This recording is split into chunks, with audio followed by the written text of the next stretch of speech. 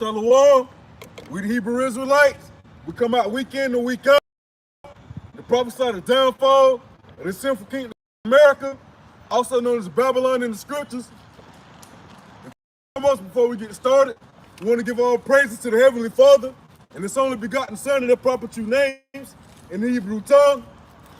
Kal, Halayim, La, Yahweh, Bahashem, Yahushai, Bahashem, Ha, Rakah, Kodash, Ma'amah. All right, and we also want to give a double honor to the apostles and elders of Great Millstone, also to our elders as well down here in the Lions Den of Gastarala Camp, Area 1.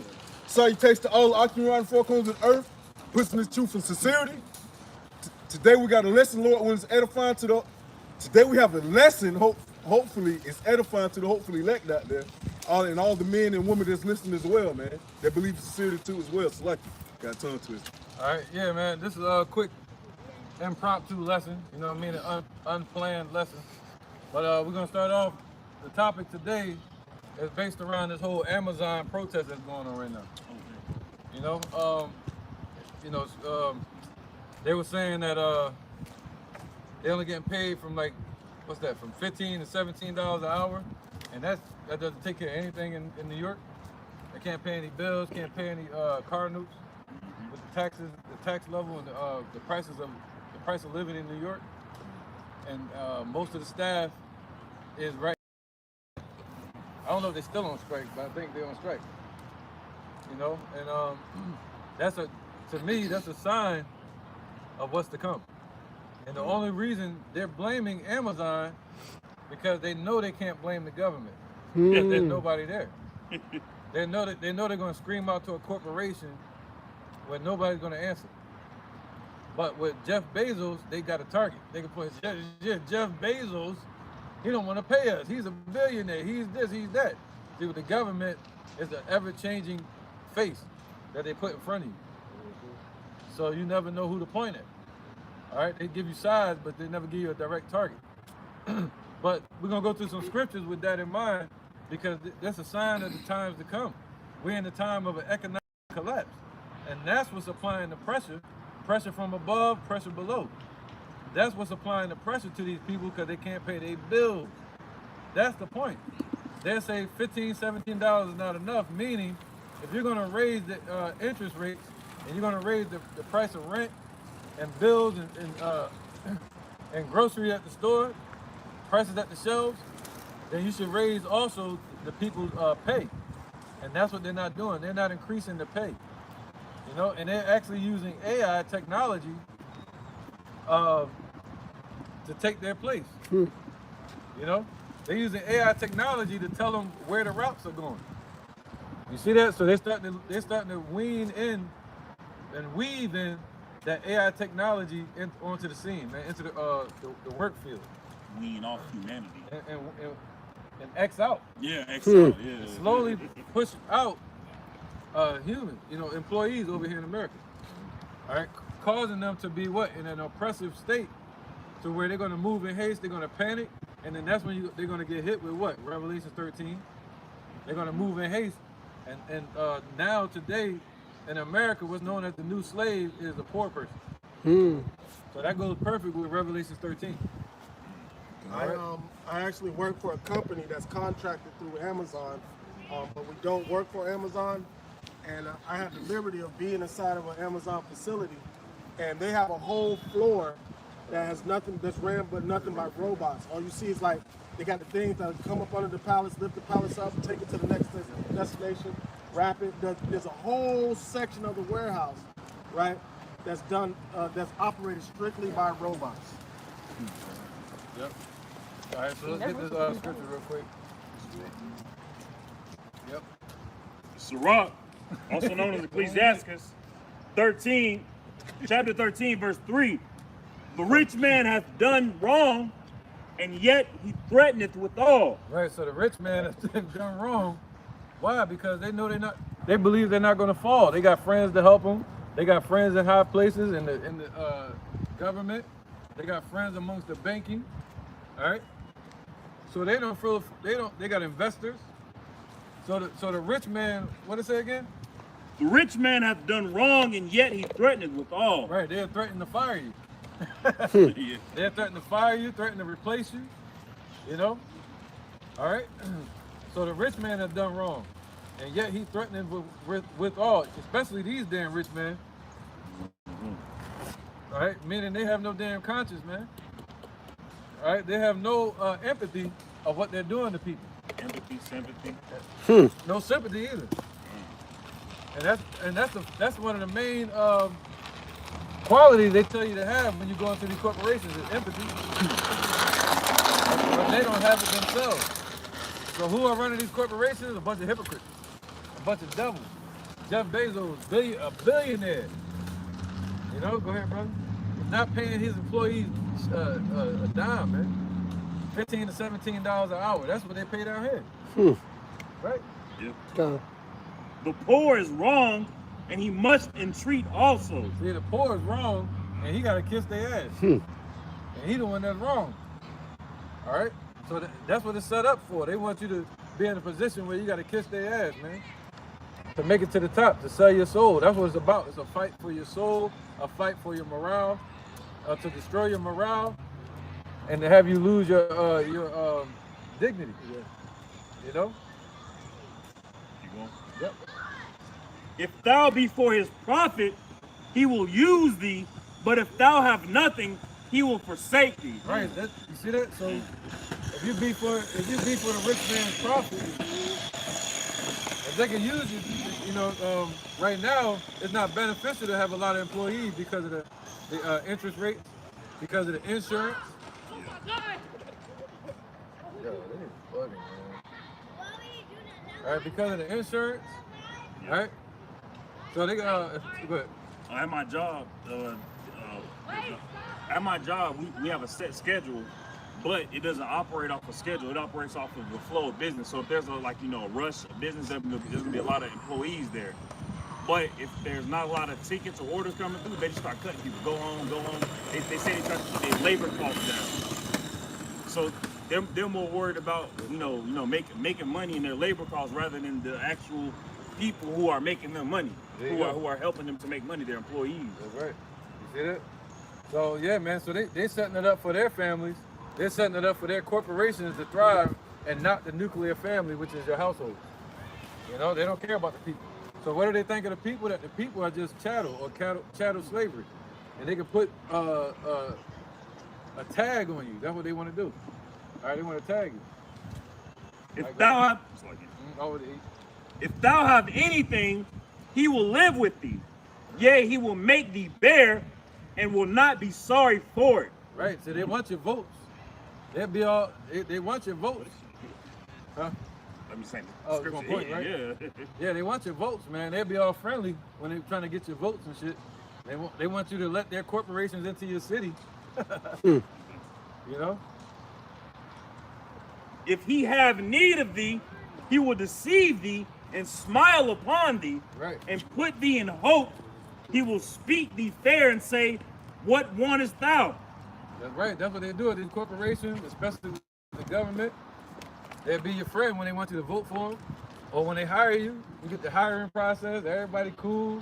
And the next thing you know, you find out about their turnover rate. Like, what the hell is it? What is the turnover rate? Meaning everybody getting fired. Or guaranteed. Or quitting. Yeah, or they're gonna pressure you to quit. You know what I mean? And the workload is being controlled by AI technology right now. Basically, what? Putting more and more pressure on the human mind. The human mind has to battle against so much with your phone, with your computer, with all these apps, with all these algorithms. The human mind has to battle against so much. So when you go at these jobs, they're looking at us as nothing now.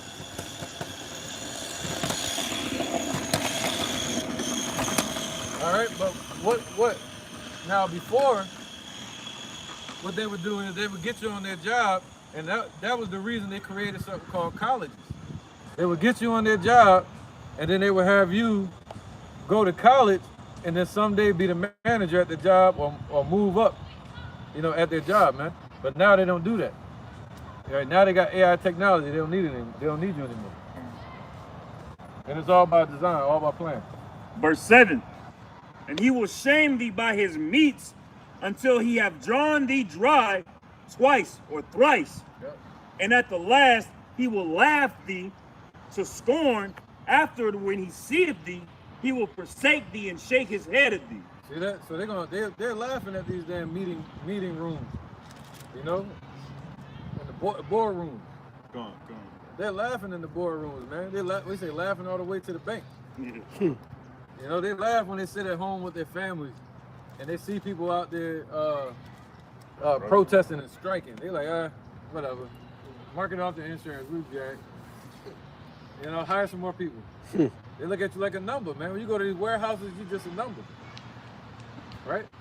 Go ahead. He said he would laugh you to scorn, man. Look at Bill Gates. What did he do? One of the biggest owners in the tech field, amongst the technocrats.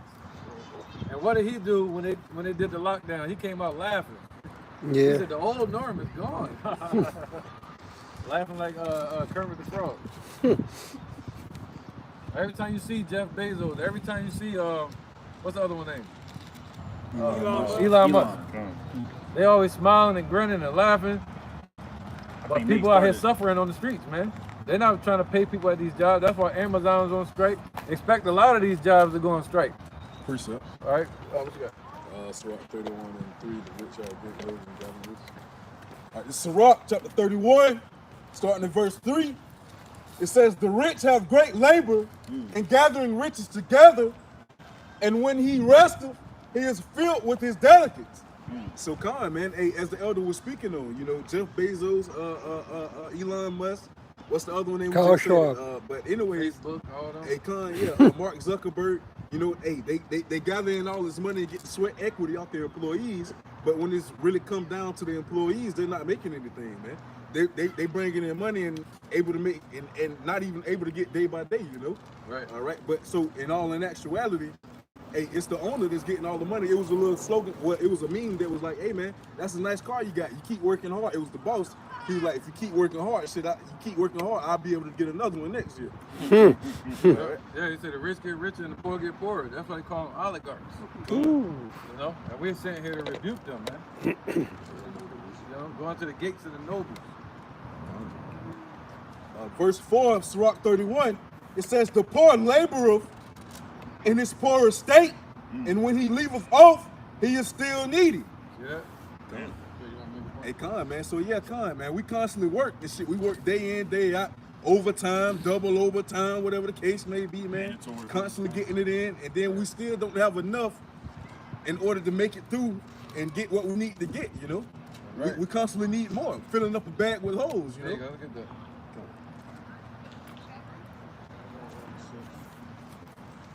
The Haggai 1 and 6. Somebody grab that. So, right, man, you work all your life, and what, you got you work all your life to 60, 70 years old, and try to retire, and then you got about what, maybe about 30 years left, and you sitting in some old folks' home. That's what they expect. That's what they want you to do according to their plan. You know, sitting there rolling around in a wheelchair, out of shape, like a guinea pig, man, stuffing you with pills. And then if you don't have a high dollar retirement pension, if you're just trying to deal on Social Security, they haven't reformed Social Security since the 70s. And they reformed it from the cost of living back then. So now that's why you see people that's supposed to be retired having part-time jobs. 65 years old, working 5-food restaurants, sweating like a dog, can't even enjoy their retirement. Yeah, and they're threatening to take their pension away. You know, and a lot of them are on the internet. They're on YouTube trying to survive, man. All right, finding other means and getting back in shape and pulling away from that system that the Rockefellers and them, what was they called? The robber barons started. Yeah. All right. Haggai all the way to 8. Oh, no, I need that one. Haggai 1 and 6. It says, ye have sown much and bring in little. Ye eat, but ye have not enough. Right. That's what the brother Avocado is reading. You know, when they leave off, they still empty. You know, you retire or you leave that job, you still didn't make anything. You know, they said the average worker in America, through their lifetime, will see about $1 million. That's it. Working their whole life. That's it. You know. So you know, but now you got to find other means to make money quicker. You know, but the Lord told us what? To get, daily bread. You might get that. But go ahead, bro. It's Haggai 1:6. Yep. Ye have so much, but bring in little. Right, you so much into the society, working overtime, working 9 to 5, car wise, working, work and work. Jackson, working day and night. Working day and night. All right. You eat, but you have not enough. Right. Ye drink, but ye are not filled with drink. Yep, and even the eating, but ye have not enough, man. That goes into consuming, buying all these things, but still don't have enough. Eating food, but it's still not healthy. You know? Go ahead. It says, ye clothe you, but there is none warm. Right, they clothe themselves, meaning, this is twofold right here. They clothe themselves with this. Different coverings, calling themselves American, Black, African, Christian, trying to go into every field they can find to try to find some type of way of living or a way out. But they still run into a trap. But they got to sell their soul. You know, sell out. All right. Ye clothe you, but there is none warm. And he that earneth wages to put into a bag with holes. Right, so when you put money into the banks are crashing, you know, and they fluctuate the interest rate. And then the banks have fees where they just taking money from you. When you use the ATM, they use fractional reserve currency, so where they take small fractions of your money. You pay taxes at the register, and you pay taxes on your paycheck. Yeah. Somebody said that. It was like, so once you get paid from a job, that get taxed. Then when you go buy some food, that get taxed. Yeah, that's what Trump talking about right now. So yeah, man, these are all means of the rich getting richer and the poor getting poorer, man, because that money is going somewhere. You know? And so you see them living those lavish lives, especially over there in Israel. You know, we're the ones paying for that. All right? When you're getting abused by any tyrant police here in America, you're paying their salary. So they got a lot on the table this coming year that can cause a sedition in the nation here in America. Right, uprising. Not just with Amazon, that's small fries compared to what's coming. Go on, brother. This is Proverbs 22 and 22. It says, rob not the poor because he is poor, neither oppress the afflicted in the gate. Hey, go to 16 real quick. All right, up to verse 16. It says, he that oppresseth the poor to increase his riches, and he that giveth to the rich shall surely come to want. Right, so this whole system is built off oppression and debt. You know, somebody get that real quick? Habakkuk.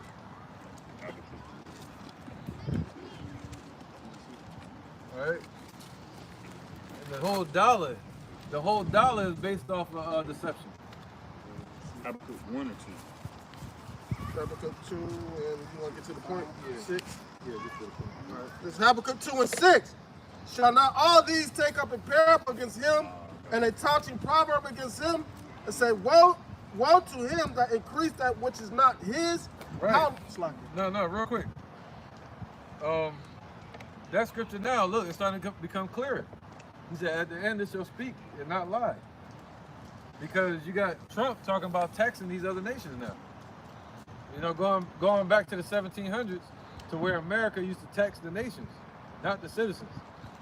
You know, and those nations gonna be like, what? You want to tax us now? To where we pay for your bullshit? All right, then, they're gonna say this. Okay. It says, shall not all these take up a parable against him, and a taunting proverb against him, and say, woe to him that increases that which is not his? Right, they're increasing because of the investments here, because of nations like China and Russia paying off America's debt. All right, go ahead. Buying up the debt, I mean. How long? And to him that laden himself with thick clay. Now, how long? And also China and Russia and them paying tariffs, which is taxes. So how long are they going to support this? How long can America continue? We can't continue to follow behind America because they trusted America. They wanted America to lead, you know, with the dollar, with their demonocracy. But now they're like, yo, how can we follow them? We got to take the lead. That's why they started BRICS.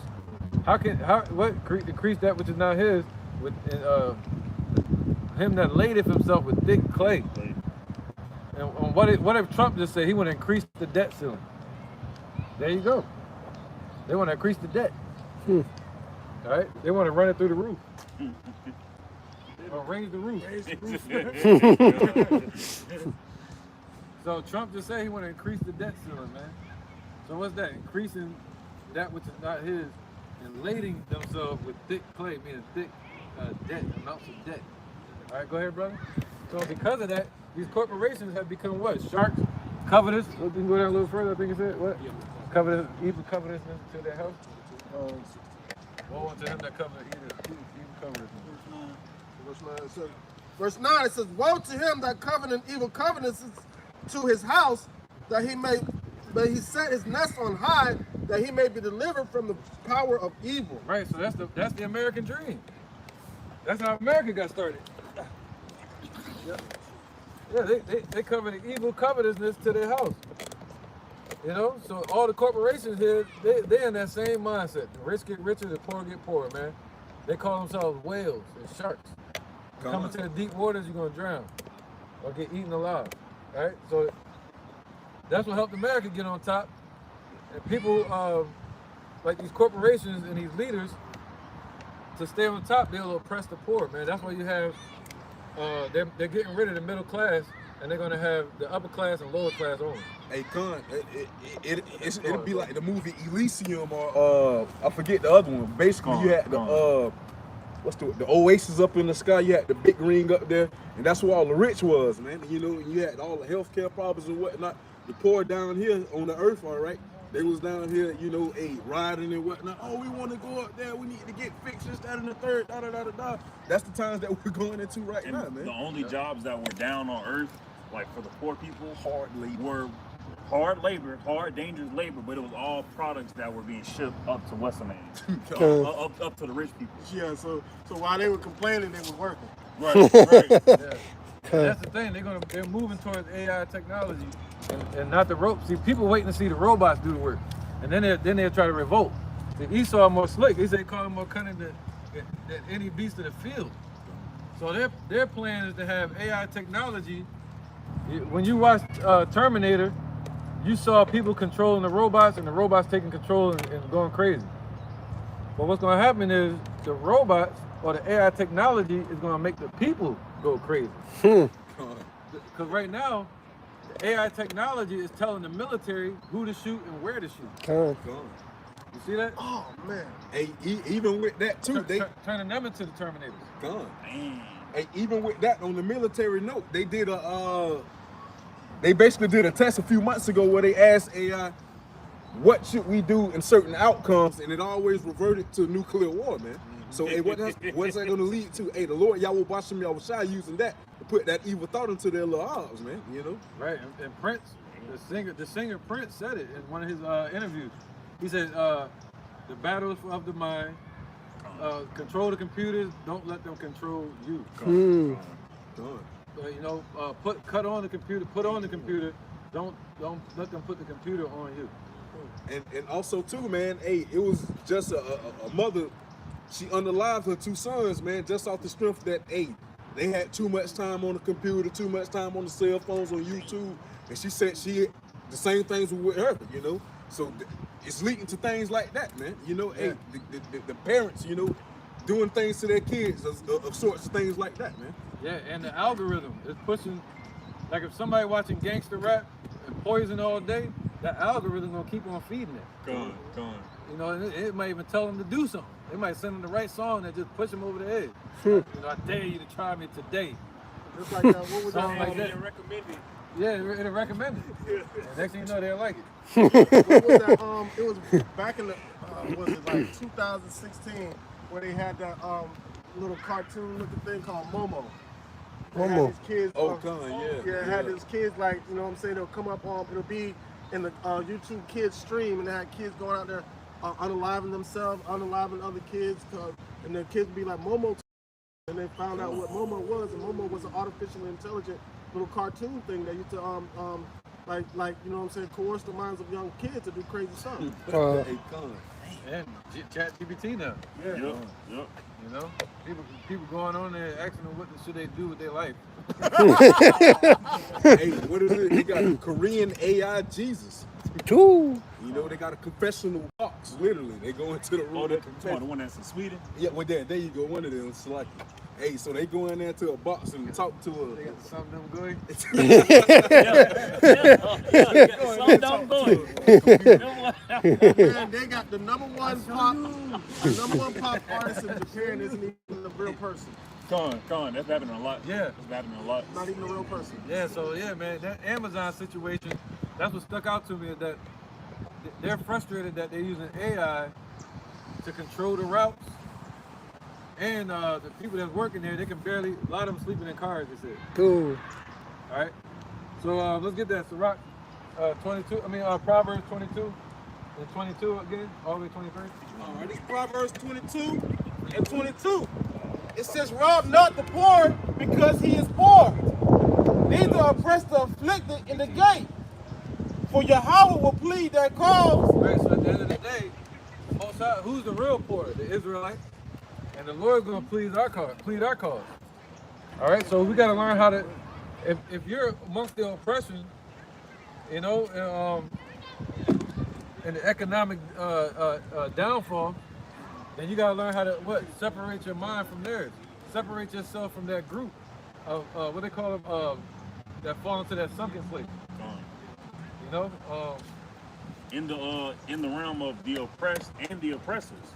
All right, if you find yourself, you know, the Lord has put you in a decent spot to where you know you're above things and you come into the truth. Yep. You have to pull your mind out of that oppressing spirit of wanting more people, of also wanting more dainties, wanting more materials and money. You should want the Lord more and more than anything. make it that let patience have a perfect work. And Basically, you better stay busy. right. Find yourself of the oppressed, you should pull your mind out of that oppressive mind state and go toward the Lord rather than going toward the corporations, wanting more money, or going to the voting booths, voting in somebody that's not gonna care about you, hoping that they make life easy. Trusting in man. Come on, trust in the man. Right. That patience, Huh? perfect word. Yeah. I got that. This is the book of James, chapter 1, verse 4. It says, but let patience have her perfect work, that ye may be perfect and entire, wanting nothing. Right. So let patience have a perfect work. So the Lord is telling his men that are also amongst the poor. Revelation 2 and 9. My brother, goodbye. Revelation 2 and 9. All right. So what? The Lord is telling us because we're amongst the poor as well. He said, get that real quick. How you spell that, man? I'm ready to spell that. If I say press together, they were pressed together. Oh, what's that? Yeah, Jeremiah 50 and 30. Jeremiah 50 and 33. Jeremiah 50, I found that one. Jeremiah chapter 50, verse 33. Right, yeah, let's get this and then we'll get that. Revelation 2 and 9. It says, thus saith the Lord, Yahweh Bashem Yahushua, Lord of hosts, the children of Israel and the children of Judah were oppressed together, and all that took them captives held them fast. They refused to let them go. They refuse to let us go. They try to keep us in a position of poverty. Look at all our celebrities. Anybody that raise up and become a celebrity or rich, they're gonna chop them down, man. You know, or anybody that tries to stand up in any sovereign form or as a leader, or even with the understanding, they hide it. Yep, you good. They hide it in their books. They hide the information from their books about us being the Israelites, right? So we're oppressed here together. So go ahead. Revelation chapter 2, verse 9. Right, so it's not just these heathens that are being oppressed and poor, but us as well. Go ahead. I know thy works and tribulation and Right. poverty. See, the Lord said he knows your works and your tribulation and the poverty that you're in, because the Lord the one that put us here. All right, go ahead. But thou art rich. But thou art rich, not these other nations that walk around here. You see them in Bangladesh, over there in damn, what was that shit called? India. Over there, huh? Dubai and all that. You see them playing with tigers and lions. I'm getting mad. I ain't afraid. He said every not the wicked, but still. That's why they comment. They put that cold water on the fire, man. I seen them playing with a lion. They got flying cop cars over there and shit. Flying cop cars, you know, big giant houses. Like Dubai ain't even a real city. They built that shit. No, it's their turn. It's their turn, and they built it off of robbing, stealing, and killing. You can look it up, man. That whole family, that royal family over there, they anyway, you know, they unalived a lot of people to get that power in Dubai. That's like a small fraction of how we supposed to be living, man. Small fraction, man. We ain't gonna be scared of the lions and the tigers and all that when we playing with the animals. Yeah, they be chilling. playing with them. Trying to tell look they cool. They be like, ah. Yeah. You know they scared. So the mindset we should be in right now is, somebody put on the whole armor. Look at these precepts. You got that one. You already read that one, right? That's what Yeah. Ephesians 4, right? You already read the 4 6. part. Car. All right, go ahead, brother. Back at Proverbs. Yeah. Or did you want to put on the whole armor? No, this one. No. Oh, all right, this is Proverbs 22 Somebody had Ephesians what? and 23. It says, for Yahweh will plead their cause and Oh, dang, that's what I wanted. Then we're going to go right there. Okay. Go ahead. and spoil the soul of those that spoil them. See that? So the Lord don't care about these other nations, man, being over here oppressed, man. The Lord don't care about that. He said there's a drop from a bucket. He don't care about that.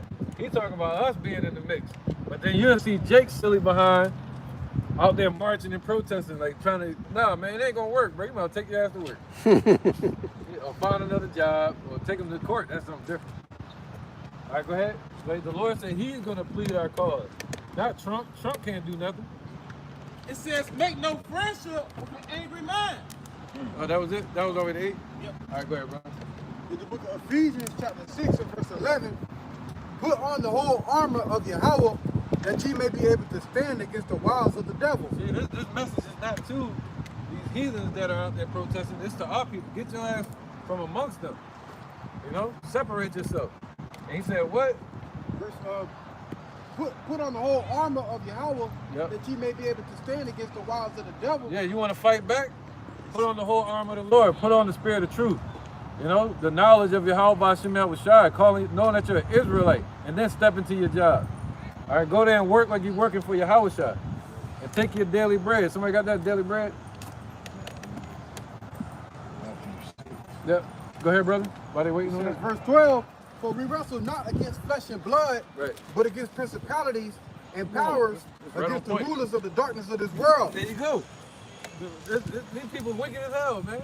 You try to beg for help and mercy from corporate leaders, oligarchs, technocrats, also known as Satanists, devil worshippers, nerds. Remember that word? You ever watch Avengers the Nerd? And now they done took off the damn glasses with the tape in the middle, the pocket protectors, and they own in the damn world.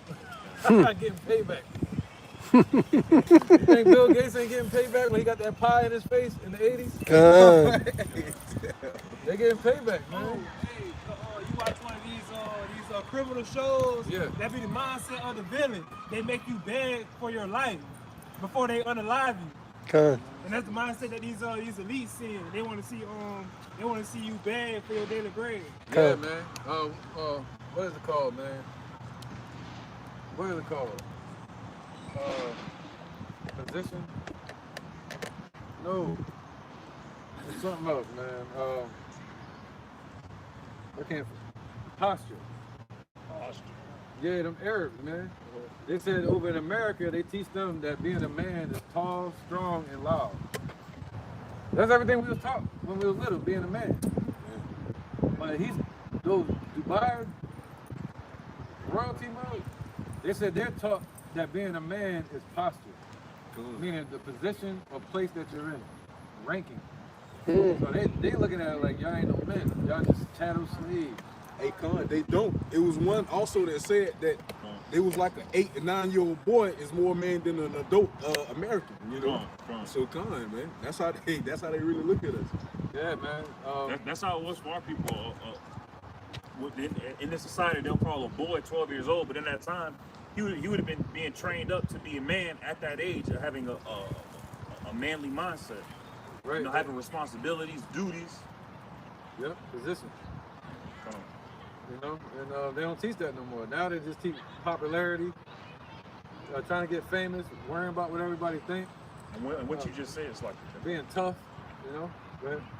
Posture. I was thinking about being upright, not only your physical, but being upright in spirit, being upright for the Lord as well. Yeah, not posturing in that way, but posturing meaning positioning like a ranking.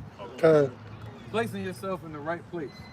So, what place are you in the race? Right.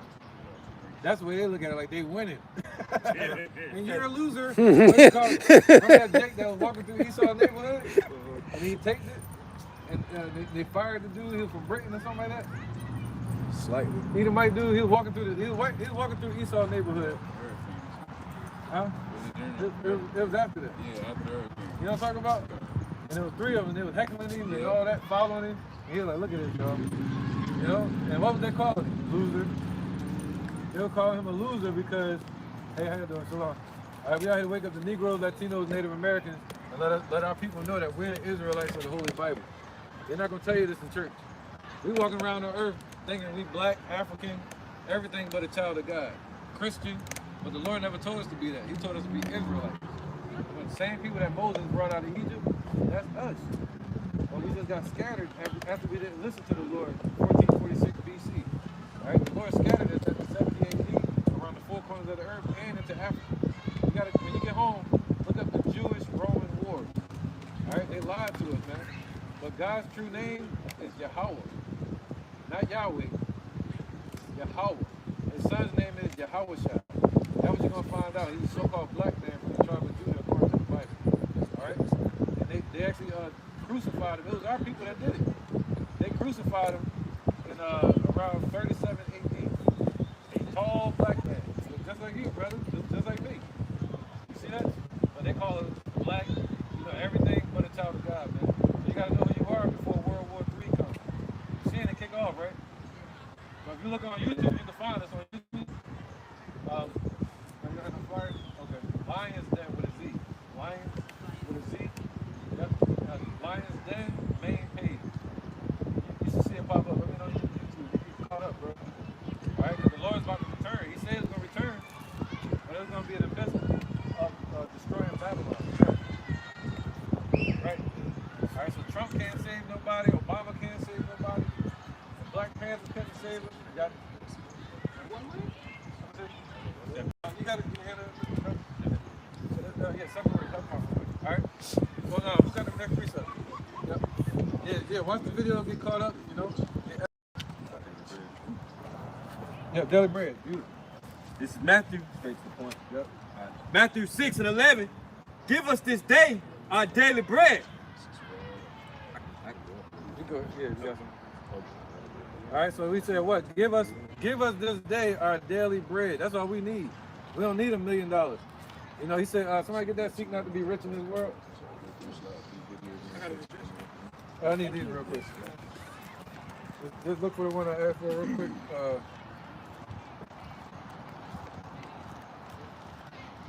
This is the book of Proverbs, You got it? chapter 23 and verse 4. It says, labor not to be rich. Cease from thy own wisdom. It says, will thou set thy eyes upon that which is not? For riches certainly make themselves wings. They fly away as an eagle towards heaven. Right. As you chasing the riches, they change. It's a few forms of it. As you chasing this damn bird, and then it turns into something else by the time you get to it. You know, you chasing this money, what they call money, the dollar, and by the time you get to it, they done changed the whole process of making money, the whole process of banking, the whole value of the dollar, and what a dollar is. Value. They changed the hell out They of changed the hell out of it. Digital. And then you gotta keep going and saying that. Like, shit, look at Floyd Mayweather and all them celebrities. They on the internet. They gotta keep working. Mayweather, he retired like what, 20 years ago, didn't he? Yeah, allegedly. They gotta pay the mortgages, you know? They can't just have it. This is yours, you good. You worked hard, you did it, you good. Yeah, because of the way that, like, so think about it though. America doesn't even own its own money. So they had to borrow the money, right, to get America started. So they borrowed the money, put the money out in the economy or into society, right? And you get loans off of this money. You got to pay the interest that America already owns on top of the interest that they're charging you for the loan. Yeah, and then you had 1930s, the Great Depression, where America couldn't pay its debt, and they signed everybody over as sweat equity slaves, you know, with your birth certificate. Yep. So this is already known. You know, we should already know that that you're behind enemy lines. Yep. All right. Who's reading that precept? That was you done. You talking about? Somebody else had something. I'm a while I read that one precept. Yeah, we done with that one though. We don't. Proverbs 4 and 7. Somebody else had something though. You got something too. Right after this one. This is Proverbs. Proverbs. What's that, Dennis? What's that? Go ahead, bro. This is Proverbs chapter 4, verse 7. Wisdom is the principal thing. Therefore, get wisdom. With all thy getting, get understanding.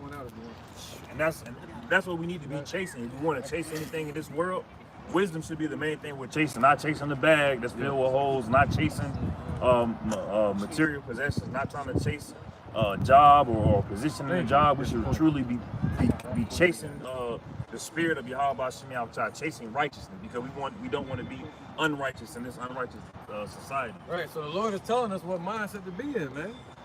You know, he said, let patience have a perfect work, that you may be entire, wanting nothing, having everything you need, taking your daily bread, going to work every day, knowing that this is slavery, you know, finding other means of making money, like, you know, on the internet or driving. You know what I'm saying? He say what? Money is a defense. We're going to get that as well. So what they're trying to take away from people is their defense. Why? Because they know they got an attack coming. You know, they got that left hook coming. Yeah.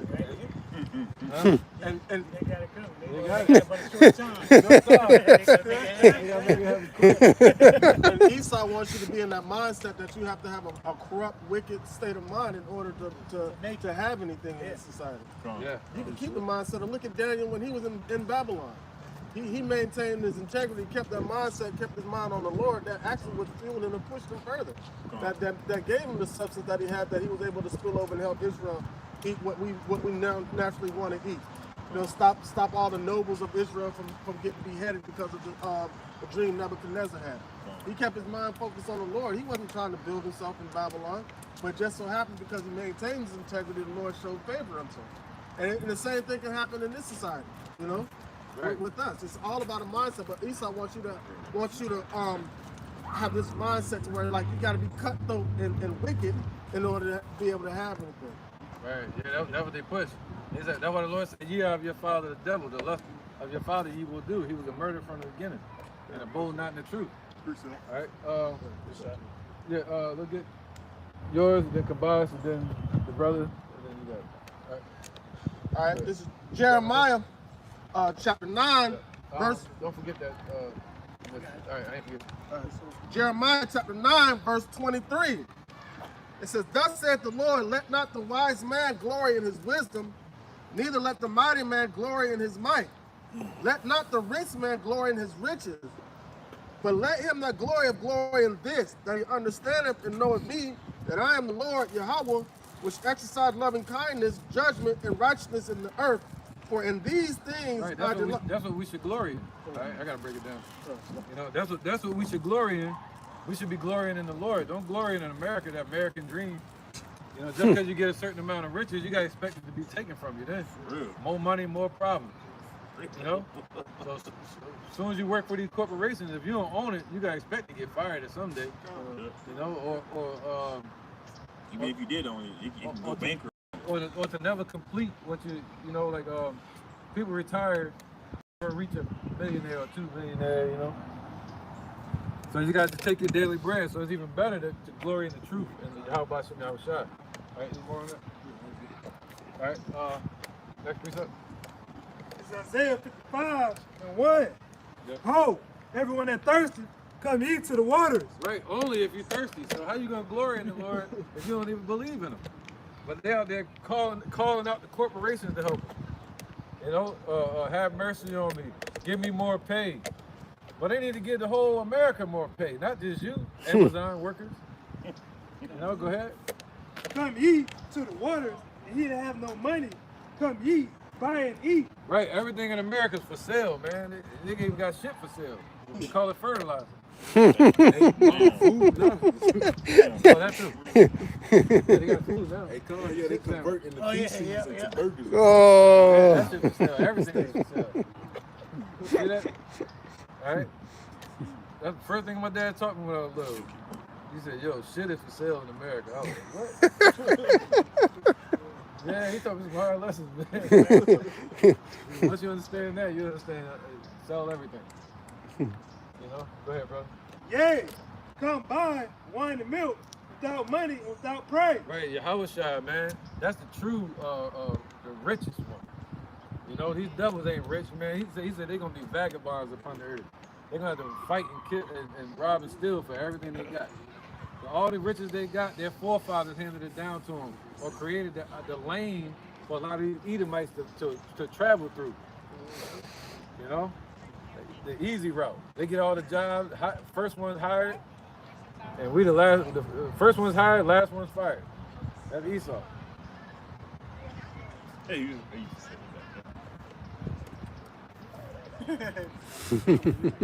Verse 2. I could pause. I don't mind, man. I'm gonna sit there and wait for y'all. Verse 4. Ye spend money for that which is not bread, Yep. and your labor for that which satisfieth not. Hearken diligently unto me, and eat ye that which is good, and let your soul delight itself in fat. There you go, man. All right, if you want to be, he said, let your soul delight itself in fatness, not just your flesh, man. You know, the fatness of it. He said, what? Israel waxed fat and kicked. They start to, you could possibly begin to go against the Lord. Cool. You know?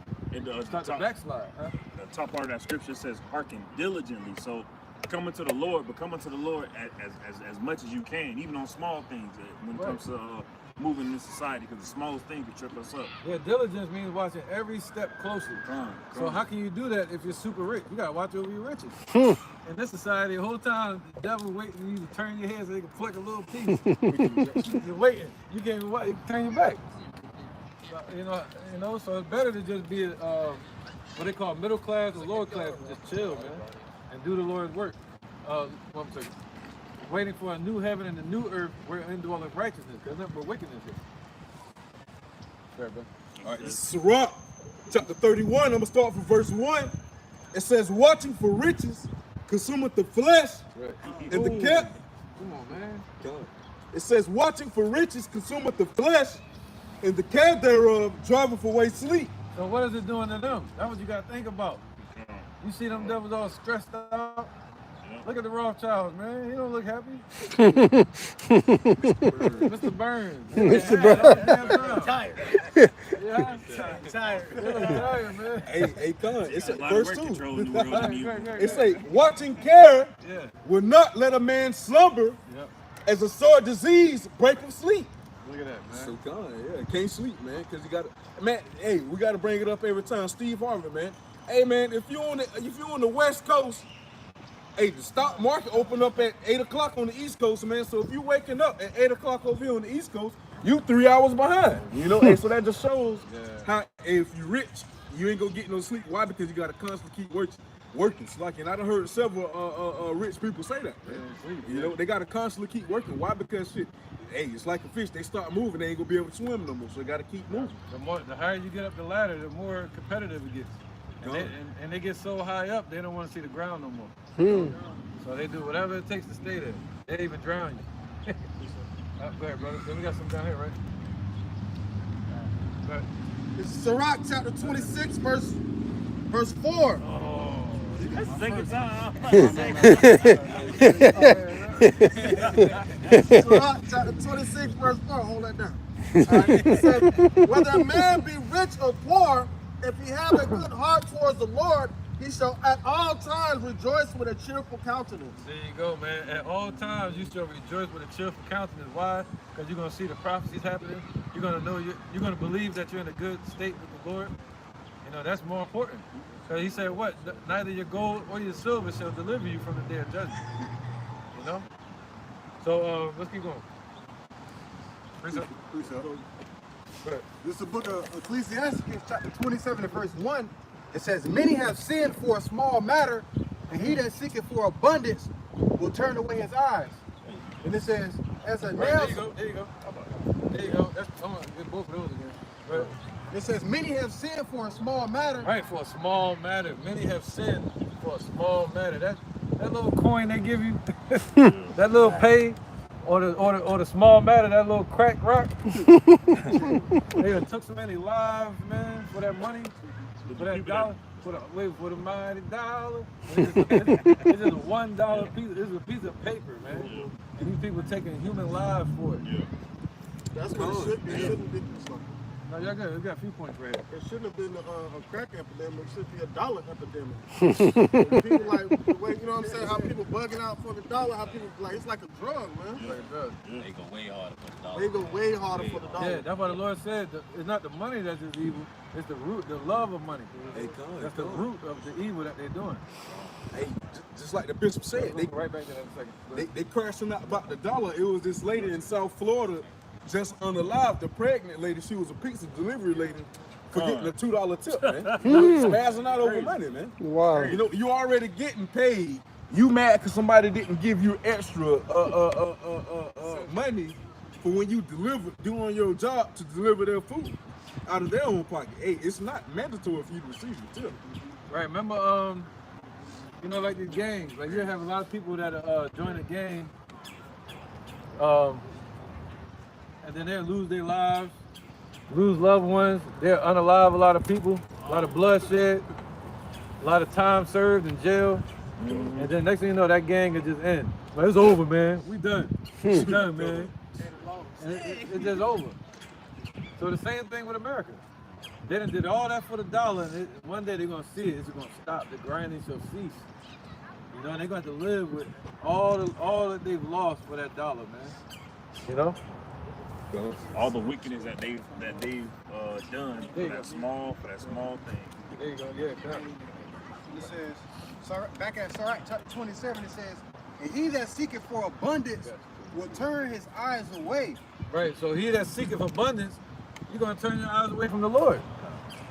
You know, he said you're not supposed to be watching over your riches. You know, of course you want to be on point, manage your stuff, but you know, he said what? If you're seeking at the riches, you're gonna wind up turning your eyes off the prize. Right? Seek ye the kingdom of heaven first. Interjection. Interjection. Sirach, chapter 31, verse 5, it says, he that loveth gold shall not be justified. Ooh. And he that followeth corruption. Right, Nate the Snake. People that love this money, they call you bums and all that. That's because they love money. All right, especially these people, they're not going to be justified. Justified means what? As scripture say, those that believe in Yahweh Shai, they're justified already. So these people are not going to find the Lord. They think his name is Jesus, but his name is Yahweh Shai. That's his true name, a so-called black man from the tribe of Judah. And he said, those that call on his name shall be justified and saved. Go ahead. It says, he that loveth gold shall not be justified, and he that followeth corruption shall have enough thereof. There you go, Bezos. All right, so anybody that's following in that mindset of America, they said what? That last part? It says, and he that followeth corruption shall have enough thereof. There you go. All right. He said they're gonna have enough what? Corruption for themselves. They're gonna give corruption and they're gonna reap corruption. Why? Real fast, Joe. Everybody hold it. Rich man. Strong city. Yeah.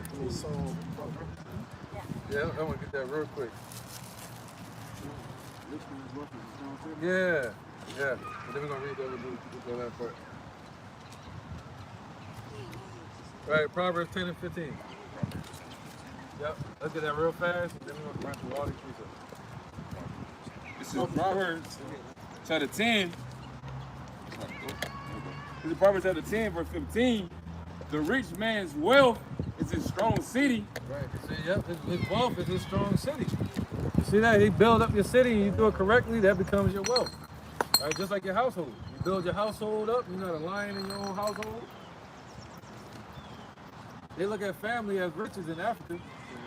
If you have a wife has a husband or a husband has a wife, they call you rich. All right? But just like if you have a strong city and you keeping it up correctly, not being a tyrant, then that, it's going to be strong for you. Go ahead. Just like America was strong at first. The destruction of the poor is their poverty. See that? Once they set their eyes bowing down to the earth, seeking whom they may devour, that's going to become their poverty, and the corruption that they push out, they're going to reap the same. All right?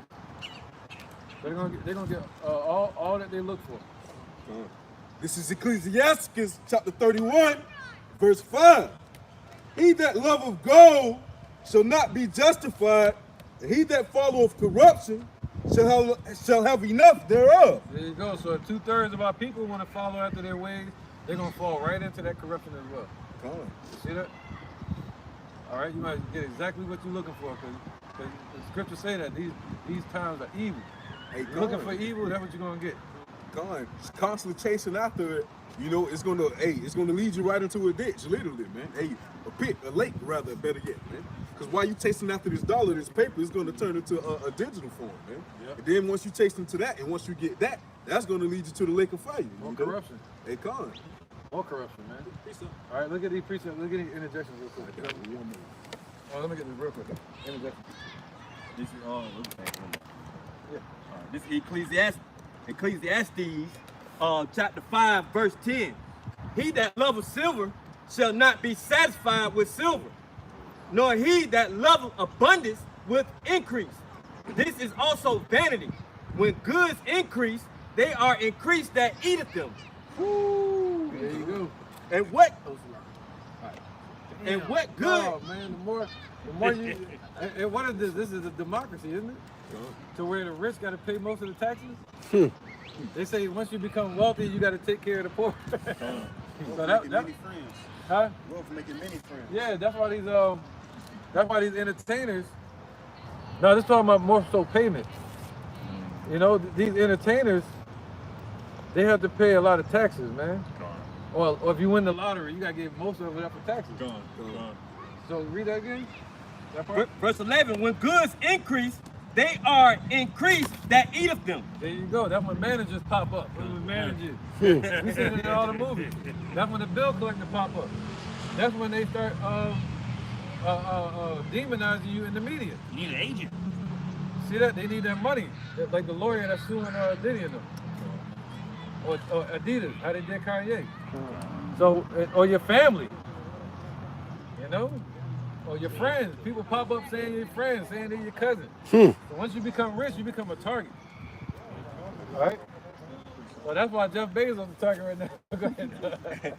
And what good is there to the owners thereof saving the beholding of them with their eyes? The sleep of a laboring man is sweet, whether he eat little or much, but the abundance of the rich will not suffer him to sleep. Right, there you go, because a person that goes to work and works a hard 9 to 5, they said the hard-working person is well deserving of their sleep.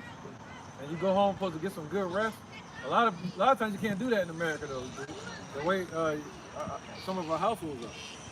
All right? Or you trying to make it home, you get stopped by the police or something like that. Yep, real quick. Go ahead. Verse 12. The sleep of a laboring man is sweet. The sleep of a laboring man is sweet. You see that? You get some good rest, man. You ready to go back and work tomorrow. Honest job. But the ones at the top, man, they filthy, man. Go ahead. Your managers are filthy. Whether he eat little or much, but the abundance of the rich will not suffer him to sleep. There you go. All right, so the abundance of the rich, they can't sleep. That's why they come up with terms like, I don't never sleep. Sleep when I'm dead. I don't get tired. I don't get tired. That's right. You see that? Because they can't. They can't get tired, boy. I ain't hit a meal yet. What you sleeping for? Yeah, they hear that. They feel that whip cracking on them. Yeah, one more, then we're gonna finish. No, all right. Then Verse 13, there is a sore evil which I have seen under the sun, namely riches kept for their owners thereof to their hurt. there you go. All right, because they can't take none of this with them. You know, and the more riches they keep, that's gonna put them in line to be the rich man when the Lord show up. They go to now, ye rich men weeping, how? You know, go ahead, my brother. So the more you have, the more you're gonna lose. In Sirach chapter 40, verse 18, it says, So let Bezos have all that, man. If I was there, I'd probably be protesting because I'm petty. But they say get back to work. I just get back to work. All right, man, it's over, bro. They got it. How was I gonna be back soon anyway? how was I gonna burn this bitch up? The Sirach 40 and 18. To labor and to be content with that a man hath is a sweet life. There you go. But he that findeth a treasure is above them both. That's a sweet life. All right, that's a sweet life. Just to work hard. They said this is our man, what is it called? This is our portion. To have a family, chill, to work, come here, do the, work while you're on the earth, and then leave off the earth, man. But while you're here, the Lord blessed us to find real treasure, which is the truth. Yep. You know, a person that win the lottery, that's better than somebody that's working. You know, so us to find the real treasure, the spirit of truth. Oh man, yeah, that's something we can carry with us into the next life. There's billions of people on this earth who are living a life full of lies, full of deceit, full of darkness. Can't see what's in front of them. And now we're blessed to have that treasure, the truth being a light, and Yahweh Shem Yahushua being a light unto our path, so we know, so we can see where we're walking, we can see the things ahead of us. Yeah, so we're not gonna be out there protesting. Right. You know, you see one of us out there protesting, we just being assholes, just being petty. Hell no, we won't go. So, all right, that was it. All right, go ahead and read this one real quick. This is Sirach, chapter 31. Start at verse 6. It says, gold hath been the ruin of many, and the destruction was present. See that? So he said, look, somebody get that triumphing of the wicked. Right. It's in Job, I think. It's in Job.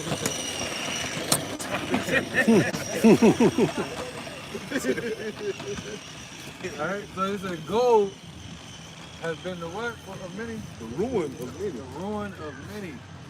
It's like Scrooge McDuck. Job chapter 20, verse 4. Knowest thou not this of old, since man was placed upon the earth, Right. that the triumphing of the wicked is short? Right. So today, these are the ones that, I got you, brother. These are the ones that got all the gold. These are the ones that got all the money. What happened when you see the Rothschilds? Everybody know them for what? Having gold. They got a bunch of gold.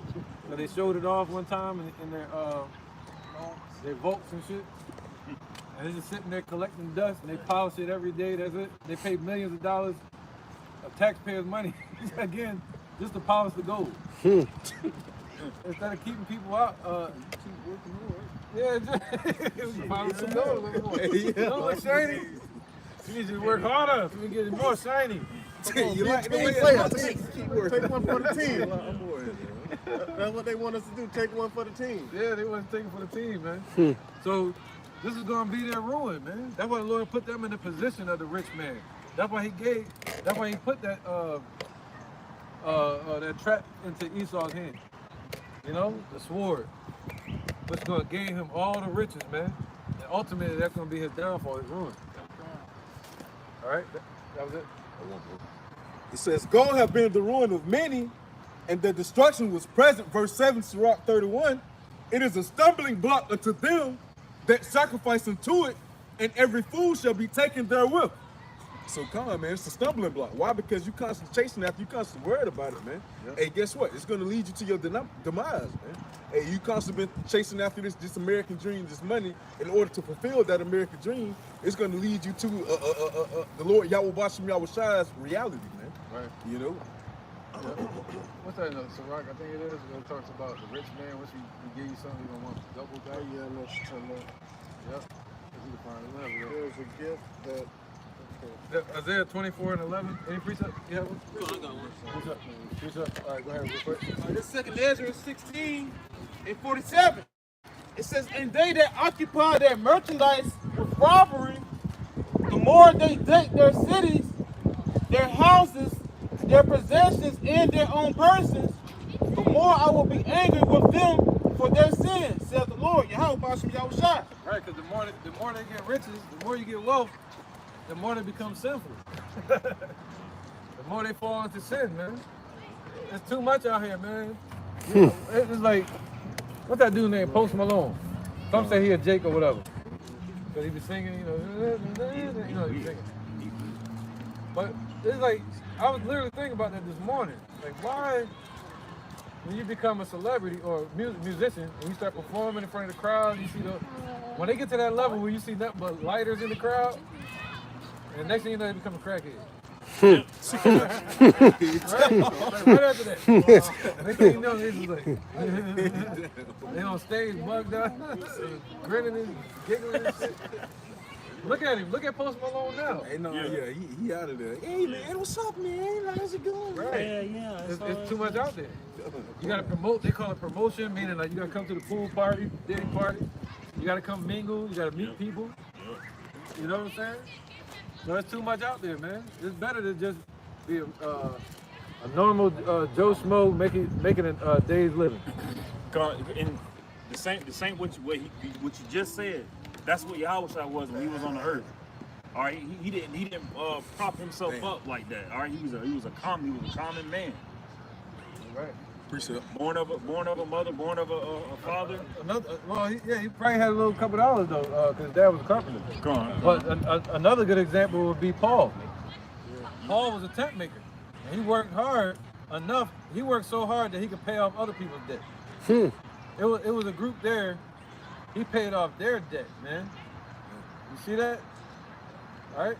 And they was trying to tell him, like, yo, look, you good. But he was like, no, I want to pay off their debt. And he said, I don't want no tithes, no offerings, because I don't want to jeopardize the spirit of truth and hinder it. So he was a hard worker, man. He worked as a tent maker. All right? He said he worked hard with his hands. I got the one you asked.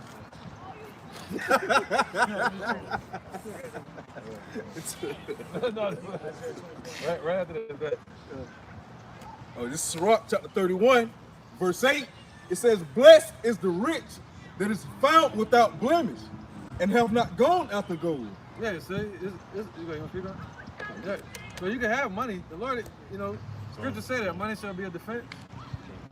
You know, so you can have money, but it's just about your mind. You know, not selling out for the riches. Gold will be like riches today. He said you cannot serve God and mammon. Multiple YouTube pages, or you know, you teaching and then you doing something else for some work.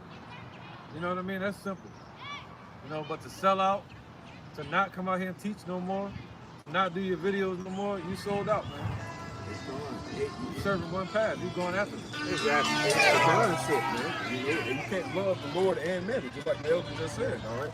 Why? Because you will love the one and hate the other, you know? Right. Yep, you go astray. And once you go after that, I mean, you turn your back to the Father. Nate. That's right, bro. So listen, soon as the Lord start interfering with your money, that's what happened. Right there. That's what happened. How you gonna call somebody a bum when the Lord says we're supposed to be servants in this place? He's seen servants upon the ground and stuff like it. Servants upon horses and princes on the ground. Well, when John the Baptist pointed out Yahushua when he walked up, he was sleeping in a cave. So if Nate was around, he'd have called Yahushua a bum. Hey, that's the spirit of Babylon, man. Hey, soon, well, you ain't got no money. We can be talking about racing or something, man. Hey, man, you ain't got no money, boy. Hey, broke nigga. Hey, come on now. Like, dang, bro. I thought we were just sitting here having a simple, formal conversation. That's why to learn to understand what level of respect somebody wants to give you when they're introduced to you, the first thing they ask you is, what do you do for a living? So if you say you have some type of high-ranking corporate job, they'll treat you with a lot more respect if you said you were a janitor. Right. All right. Go ahead, bro. All right, this is Psalms chapter 37, verse 37. Mark the perfect man, and behold the upright. For the end of that man is peace, but the transgressors shall be destroyed together. Right. So mark the perfect man. How we 1 Corinthians 2:6. So how good that we speak wisdom among those that are perfect, the ones that are speaking this knowledge, wisdom, and understanding, and have faith in Yahweh by Shem outside. Those are the perfect men, perfect in faith. So we mark them and look at them and follow behind their ways. You know, yes, we do follow men that are following the righteous path. Go ahead. Learn from where But the transgressors shall be destroyed together. Right, so the transgressors, mainly transgressions about the money, any type of transgression, they're going to be destroyed together.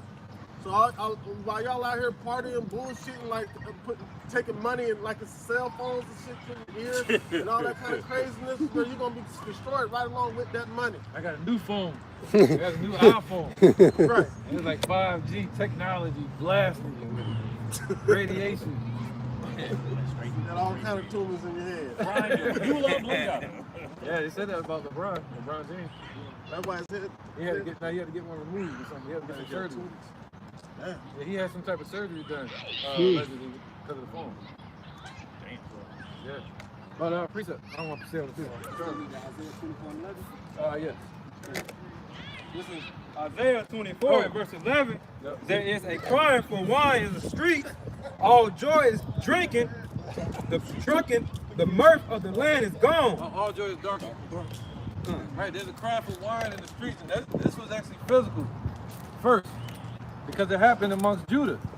All right, because this was the Lord judging Judah, you know, during the times of Isaiah.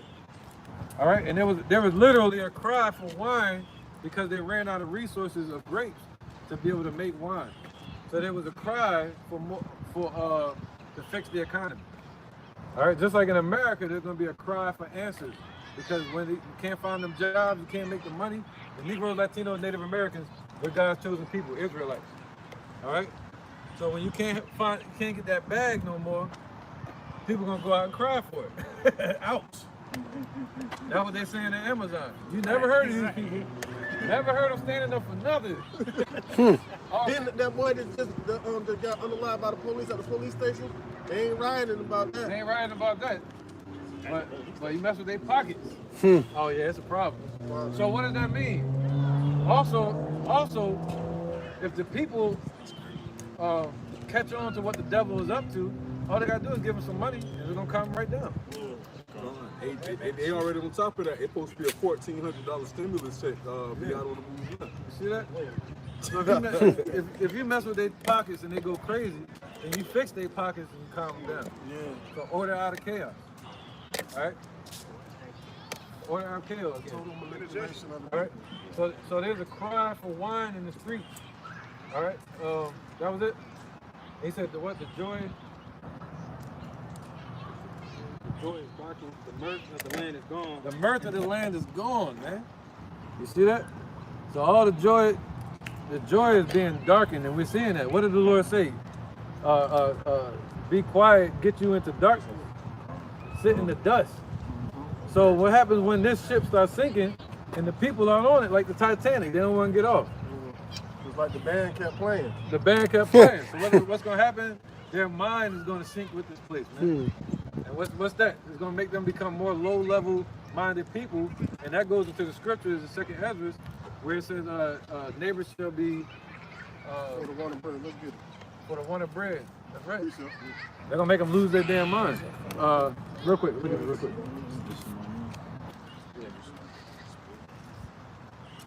Hey, this is 2nd Ezra chapter 15. 16. Verse. All the way down. 16. No. 15, 16. 15, 16, all the way down. 15 and 16, man. The second Ezra chapter 15. All the way 19. Hey, all the way. 15 and 6, it says, for second Ezra 16. Second Ezra 15, verse 16. Second Ezra 15, verse 16.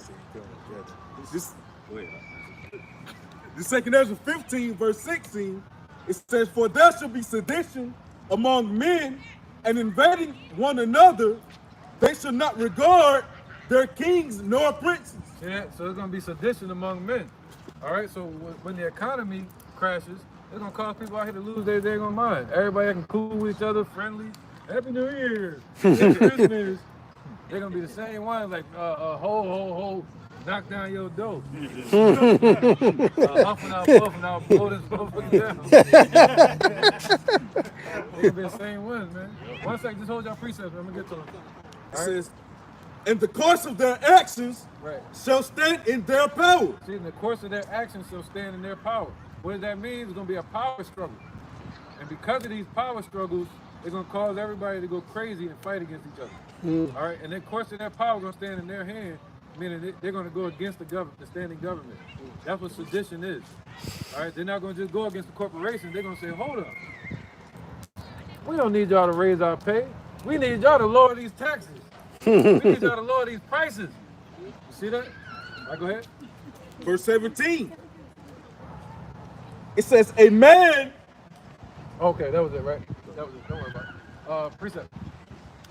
Let's run them. Skip down to verse 19. 19. Go ahead. It says, a man shall have no pity upon his neighbor, There you go. but shall destroy their houses with the sword and spoil their goods because of the lack of bread and for great tribulation. Right, so as the joy of this land is being darkened, their mind is going to be darkened as well. All right? They're going to lose their damn morale. These people are going to go crazy out here. That's when you have the movies talking about zombies. It's talking about these fools going crazy in the midst of a collapse.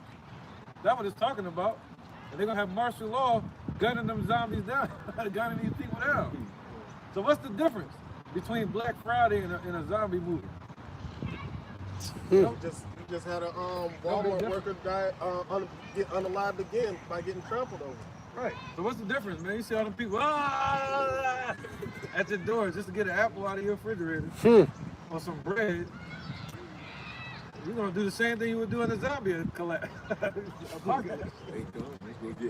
It's gonna get wild, man. Hey, for instance, Venezuela 2016, all right? They was out there eating purses and shit, eating the leather from bags and whatnot, man.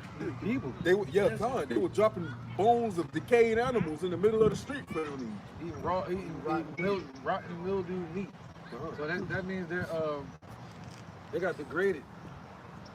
They lost their morale as a human. Their morals, yeah. Hey, damn, come on. Just real quick, a little off, but on the topic. But over here in America, man, it's a I wouldn't.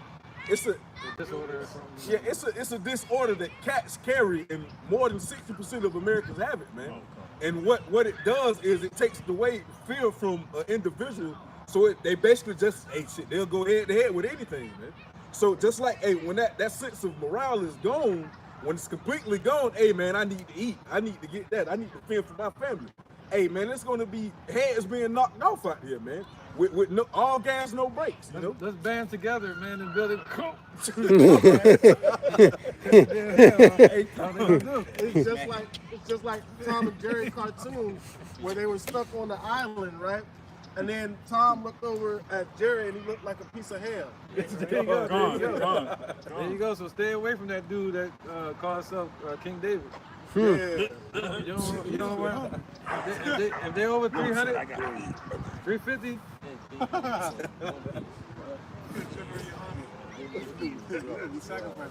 Yeah, you know exactly right. He's like, hey, we can do it. You got somebody tied up to a table. Sacrifice for the Lord. It's all right, bro. Toes today. It's what Abraham did to Isaac. It's all right. Where we at? We got precepts to bring out too. Just read second Yeah. We read 19. Okay, go ahead. This is the book of Ecclesiastes, chapter 12 and verse 1. Right. It says, remember now thy creator in the days of thy youth, while the evil days come not, Right. So this is a symbolic scripture of perfect example. Walking it right now. This guy here. Right now. Read it. It says, remember now the Creator in the days of thy youth, while the evil days come not. Right. So nor you're supposed to remember the Lord while you're young, and before you get to an old age, to where you feel like if something just bump your knee, you're gonna fall and die, or croak. All right. So that's symbolic. That's a parable. You can get it. All right. So that's parabolic of this economy. All right. So remember the Lord now before all the evil days come nigh, to where any little thing will cause you to lose your mind or lose your life. It says, nor the years draw nigh, when thou shalt say, I have no pleasure in them. Right. That's what he's saying right now. He look. Yeah, he ain't no pleasure. He ain't pleased by this. He ain't living. Right. Go ahead. So now, look at that like this economy. As this economy in America grows older and older, there's gonna be less pleasure here. And as the pleasures fail, the economy fails, people's mind, they're gonna lose their damn mind out here. You know, the Negro, Latino, and Native American gotta know that they're God's chosen people, Israelites. The Father's true name is Yahweh, his son name Yahushua. All right, that's our way out. Go ahead, brother. Verse 2, while the sun or the light or the moon or the stars be not darkened, nor the clouds return after the rain. Right, see, before everything gets dark, hell is hot. Before it get dark, before it get dark, and people's mind becomes dark, and he said the wicked shall wax worse and worse. Why? Because of the environment is gonna wax worse and worse. And the Lord compared our people to wild grapes. And wild grapes, they absorb and grow, and they mold to any environment that they're in. So what you think gonna happen to the minds of our people? Look at the condition of the world today. Look at the condition of the society, and look at the minds of our people compared to 1981, before the crack epidemic. Think about it. They ready to unalive people because of a neighborhood and because of a set that they claim. Imagine when there's no food for them to put on the table for their family. How they gonna up the ante on that? They're gonna up it. Yeah, they're gonna up it, all right. They're gonna up it, all right. That's what he's saying. They gonna up that fire. They'll take somebody's life just for looking at them wrong now. A life. And you rather deal with somebody. I'd rather deal with somebody in that state of mind than deal with somebody that's in a panic, in a frantic. Yeah. They've lost all sense of morality. They're willing to do whatever because their dire straits call for drastic times calls for drastic measures. Yeah. Yeah. For us, the Lord told us not to move in haste. Go ahead, brother. Point. It was just a point. But Then, just backing up. But yeah, just backing up what Kanaka was saying, and also the elder, because back then, they introduced the same thing, automation, which we had factory jobs back then. Yeah. And with the factory jobs, what they did, they brought in these machines. Stuff started being automatic. It's the same thing now, but they're using AI. They're using robots. It's the same thing. It's nothing new under the sun. So it's the same trick that Esau tried to play back in the 60s. After World War II, they started introducing these factories. They started taking away the factory jobs. What they're gonna do now? Bring away the warehouse jobs, and they're gonna cause people to panic. Yeah. And when you cause people to panic, it causes people to do some crazy stuff. Yeah, that's why they don't teach it in the college. College came with the jobs. When they created the factories, they created colleges, so they can have you learn how to work at their factories. Right. But then the factory closed. What the college for? And the whole system changed now. It's just a piece of paper now. Waste of time with a piece of paper and debt. Right. Yeah, they had the most debt. Like when we got the most. Right. They told me. I remember being in 4th grade, and they told me I actually got a lesson from a 4th grade teacher on the structure of the economy. She said the colleges were built to get people to spend more money, and that way they can you have what you call the blue collar job and a white collar job. Blue collar job is more hands-on, like working in a factory, mechanic, or anything like that. But a white collar job is more like a businessman. But they said you had to go to college in order to get a white collar job. See, it was all a setup and a system to keep the fuel the system to drive the horse going. All right. Go ahead, bro. This is Wisdom of Solomon, chapter 5, verse 14. This going to our people with their minds and their space being brought down with it. For the hope of the ungodly is like dust that is blown away with the wind. Right, so all their hope of the ungodly, especially 2/3 of our people that are hoping on Obama. That's gone. They still hoping on that. You have people they still waiting on Obama to do something. They want Michelle to run. Yeah, they want Miss. There you go, brother. Yeah, just a piece of them. We don't get involved. Just a piece. So yeah, Michael Obama. Like then, bro, they are driven away with the storm. Like at the smoke, which is dispersed here, and they're tempted. Right. So that American dream is about to get blown away with the coming storm, man, and the coming tempest that the Lord is going to bring on this place, man. He said all the elements shall melt in their American dream. It passes away as a remembrance of against their terror for the day. Right, so they're crying out for something that's about to be destroyed, man. As this place falls, they're gonna be crying for it to rise again. You know, they lose their jobs. They see the economy is a whack job right now. It's all out of whack. But they're not paying you more. The employment rate is going up, but they're not hiring people. You see that? Yeah. All right. It's all artificial. Let me run it down here first.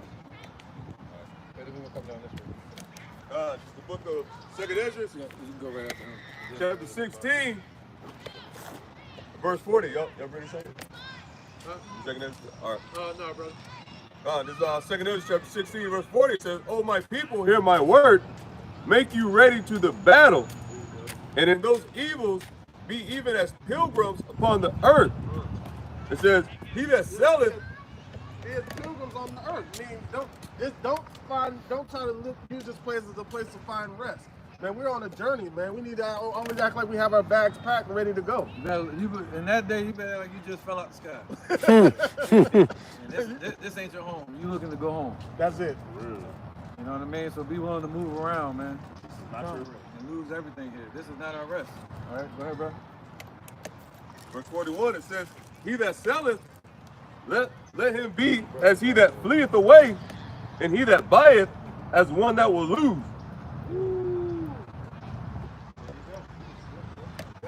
So anything that you buy here, be ready to lose it. You know? So everything you work for, everything the people from Amazon, the people that buy from Amazon is gonna get destroyed. The people that work for Amazon, if they get what they're asking for, it's still gonna get destroyed. Look at Russia, they ain't playing. You know? So either way, it's a lose-lose situation if you're hoping for this place to keep going. If you're hoping to make America great again. You know, it ain't gonna happen. Any points I missed on that? Oh, no, that was it. I mean, that was pretty much the point. Okay. That's pretty much the point. It goes into it. I get verse 42. It says, "He that occupieth merchandise, There you go. as he that hath no profit by it, and he that buildeth, as he that shall not dwell therein. There you go. He that soweth, as if he should not reap, so also he that planteth the vineyard." He said you have sown much and bring in little. So you can work till your hairs turn gray in this society, but you're not gonna get what you deserve, man. You're not gonna get it. You can cry out to these devils all you want. Ain't he on there? I think he on there. Jeff Bezos. No, he ain't on there. They just got the forefathers on them. Amazon crying, they can cry out all they want. They still not gonna get their just due, man. All right. Go ahead. Oh, that was it. He said, yeah. So have your mind ready to leave this place, man. You know. He said, I what? should have already left this place. Yeah. Unless you're late to the game, you know. But that's what you're hearing. If they're just hearing this message, then this will be your eye opener. What was my point? He said, don't worry about it. Go ahead. This is Sirach, chapter 34, starting at verse 1. "The hopes of a man void of understanding are vain There you go. and false." So all their hopes are vain. You know, they're hoping, especially in somebody like Amazon giving you more pay, it's gonna be probably like $2 more. And he's still gonna eat it. He's still gonna have billions and trillions. And then when Trump get him off and start doing them sanctions in place, you gonna take away them $2. They're gonna take that. They're gonna take that. Take it right away. They're gonna be right out there crying again. See that? So they show you their mindset. They're gonna break at some point, and and the government gonna have to have an answer. And the answer is gonna be that MOTB. We'll give you a whole clear credit. What is it called? Social credit score. We'll give you a whole new social credit score. No, it's another word too though. Payment, monthly. Oh, universal income. Universal income. They got the answer. Yeah. They put the see that? They got the answer. Order AFKL. They done. And Elon Musk already talking about doing that. Yep. It says, and dreams. The more so Klaus Schwab and them. They're the ones pushing. Yeah. Go ahead, bro. It says, and dreams lift up fools. Verse 2, Sirach 34. Right, it ain't gonna lift up the righteous. You know, the righteous is gonna stay 10 toes down. But fools that are out here, they're gonna be lifted up. They're gonna be deceived by the works of the devil. Gone. The gift gonna destroy your heart. The gift gonna destroy their heart. That's right. Verse 2, it said, Whatever. Yeah, I got an injection real quick. This is Sirach chapter 20, verse 10. There is a gift that shall not profit thee, and there is a gift whose recompense is double. Right? There is an abundance because of glory, and there is that is lifted up his head from a low estate. There is that buyeth much for a little, and repayeth it sevenfold. So that's what this whole system is setting up to do. Right? Whatever you get out of this, you're going to repay it sevenfold, man. Sevenfold. It says, a wise man by his words maketh himself beloved, but the graces of fools shall be poured out. The gift of a fool shall do thee no good when thou hast it. Neither yet of the envious for his necessity, neither, Right. neither. Even if he give them what they're asking for, it's not gonna do you no good. You know, he said they maintain the state of this world. Well, what good is there to maintain the state of this world intentionally when this world is about to be changed to a righteous? Last year, he got a point too. Okay. Last year I got a $5 raise. I was like, ooh, bet. All right, yeah, you know, of course, you know, we should have no rest, but it's gonna get a little bit easier. Yeah. The price of everything went up. I was like, all right, you know, I still got the Lord. It's all right. It's all right. Hey, I'm gonna tell you one thing. One of my bosses from the past told me, right? He heard my story about me being a single parent and raising my two oldest girls, and he said, "You did that on $9.75 an hour, but the economy was a lot different then, right?" He said, the problem with people is they'll go to living, making ends meet off of that small amount of income, and then when they increase the income, they don't keep that same mindset that they had.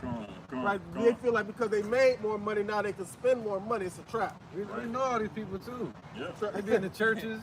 Right. They call them bougie. It says, this is Sirach 20 and 15. No, 14. The gift of a fool shall do thee no good when thou hast it. Neither yet of the envious for his necessity. For he looketh to receive many things for one. He giveth little and upbraideth much. He opened his mouth like a crier. Today he lendeth, and tomorrow he will ask it again. There you go. Such as one is to be hated of God and man. Yeah. I just take my ass to work. I don't want nothing from Bezos. I'm good. If you give it, it's cool, but I'm good, man. They give you a little $2 raise. There's gonna be something on the back end of that, man. Right, and then the elder brought out a good point a few weeks ago when he was talking about how Massa Musa tried to fix the economy. Yeah. Like this system is not set up to be fair for all the people. It's not. Because if it was to be fair for all the people, then there wouldn't be nothing driving. There wouldn't be, like, if we had a whole bunch of money, our 40 acres and a mule and all this kind of stuff, money in the bank, nobody would go to work. There would be no upper class, lower class. It wouldn't be none of that. Everybody would be on the same playing field, and therefore there wouldn't be any economy. And it would be forced to go back to a barter system again. Yeah. You know? So to get around that barter system, they created credit. Dang.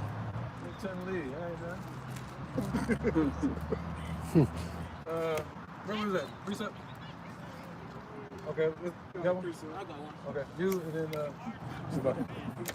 Just going back on that point about hasting. Proverbs 28 and 22. It says, "He that hasteth to be rich have an evil eye, and consider not that poverty shall come upon him. And that's what a lot of people in today's time is hastening to be rich. All right, looking at the entertainment, pretty much looking at TV, looking at entertainment, even these different actors and entertainers or whatnot, want to live their lives, but ultimately them chasing that life, all right, it's gonna lead them to destruction, you know. And it says those that hasten to be rich has an evil eye. But it says what? And consider not that poverty shall come upon them. So they're not gonna consider that poverty is gonna come upon them. Most of our people of Jake in today's time, when you talk about the economy or talk about the money going away, they say, hell no, that money is here to stay. It's going nowhere. You know, so that just let you know that they're not considering it. You know what I'm saying? That this poverty is gonna come upon them, man.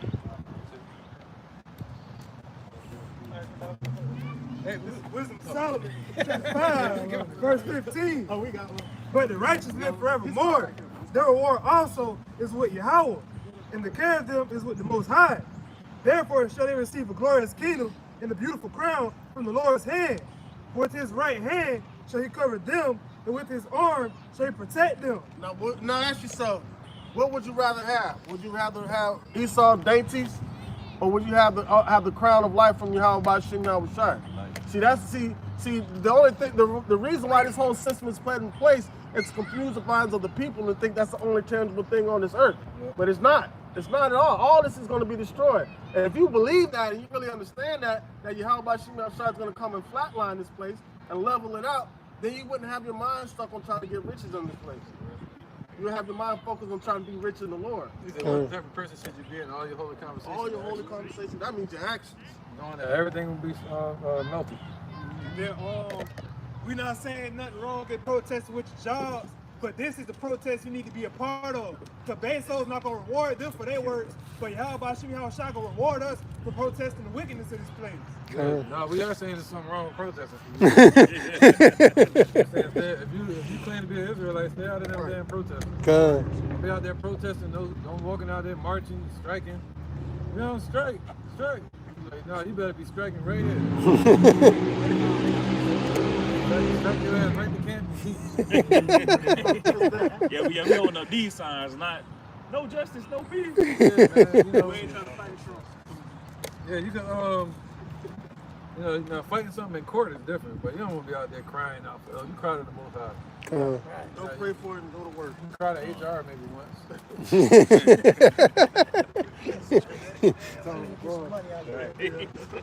Build up that case. Build up that case. That's different. Yeah. Shit, the Lord building up a case on America right now. All the wickedness and darkness that is pushing. The Lord is allowing that to build up so He can come and topple all of them. Right. Proverbs 10 and 15. Proverbs 3 and 27. All right. Proverbs chapter 10, verse 15. The rich man's wealth is his strong city. Proverbs 3 and 27. So like, Proverbs 3 and 27. It's Proverbs 3 and verse 27. Withhold not good from them. Yeah, withhold not good from them to whom it is due, when it is in the power of thine hand to do it. Right. Yeah, they don't pay every day as they should. You know, that's in the laws.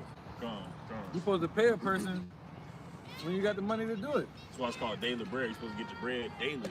Right. You know, you're supposed to get your money daily, man. Or bread daily, however they paid you. But now, in this society, they got it set up to keep you as a slave. I'll pay you in 2 weeks. So you want to see your check, 2 weeks, keep working. And you'll get paid. You know what I'm saying? So they call it a week in the hole and all that. When you get hired. And what did Trump say? If you work overtime, you'll get no tax. Yeah. So that means you gotta work overtime to get that prize. They like to call it mandatory overtime. But yeah, because he's totally against taxes. Because you work all that overtime, and then you that'll push you up in the next tax bracket. The taxes will eat all your overtime up. Yep. Right. You gotta remember depopulation. Yeah. It's like a punching bag. You know, they say you go punching bag is hard. Remember that? Remember that? At the gym? He said if we punch the punching bag too much, the punching bag gonna be there. We're gonna get old and die, you know what I'm saying? Yeah. When we long gone, the punching bag will still be there. So this system is made that same way. Should be working. People go punch in. They can punch in, punch out. So they're in the ground. And that job's still gonna be there doing the same thing. Next. You put a help wanted sign right. Help wanted up. Put it right there. Where the spot the person was at. You know what I mean? I got a friend that was in the city. He had a heart attack at job. At work? Yeah, at work. They're working hard and shit. You know? Huh? And he had to do that with a woman at home. I don't know what that was. She's in the world. She's in the world. He probably on the phone with her. She's in the world. He said, that's it? Hey, Come on, Elizabeth. So listen, I go to the doctor, right? Because I was having pains in my chest, but it turns out it was gas, right? But it kind of scared me, though. You know, I'm getting up in age, so I just wanted to check myself out. So they had me go to this specialized doctor to do a stress test. So they put me on the treadmill, they try to run me on the treadmill, they were trying to put stress on my heart. They were like, man, your heart fine. We can't even get you your BPMs up to a certain level. Like they said, normally people get in there for 5 seconds and it's already shot up to the roof. And then he's like, sat me down and asked me a series of questions. And he asked me what my profession was at the time. And because he was finna let me go, and like I didn't say I didn't need to come back anymore. When I told him my profession, he said we need to set up another visit. Because of the line of work that I was doing, amount of stress, amount of people that came in for that same type of profession, and this shit will drive you fucking crazy. That's it. Working 8 hours graveyard shift. What's in the graveyard? Dead body. They trying to work you to death. Graveyard shift. See all that, man? So we gotta understand that, man. What is the Lord calling us to, man? Do you believe that He's desire new heaven and new earth? Right, man. That's what we're looking for. Well, we're gonna get all our payback. We're gonna get everything the Lord feels we deserve. In this society, the rich gonna get richer, the poor gonna get poorer, the wolf gonna help the wolf, not the sheep. The only one gonna help the sheep is Yahushua. And the sheep that don't listen, they're gonna get led into the slaughter. This 2 Peter chapter 3, verse 13. Nevertheless, we according to his promise look for new heavens and a new earth wherein dwelleth righteousness. There you go. So it's about his promise that he made to Abraham, Isaac, and Jacob. So we're looking for that today. All right, if they're not looking for that, they're gonna sell out, man. They're gonna say, oh man, I don't see no way out of this. But what did the Lord say? He said, with the temptation, he leave a way out.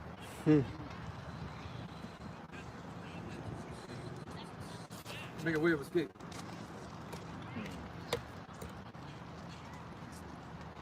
Get that real quick.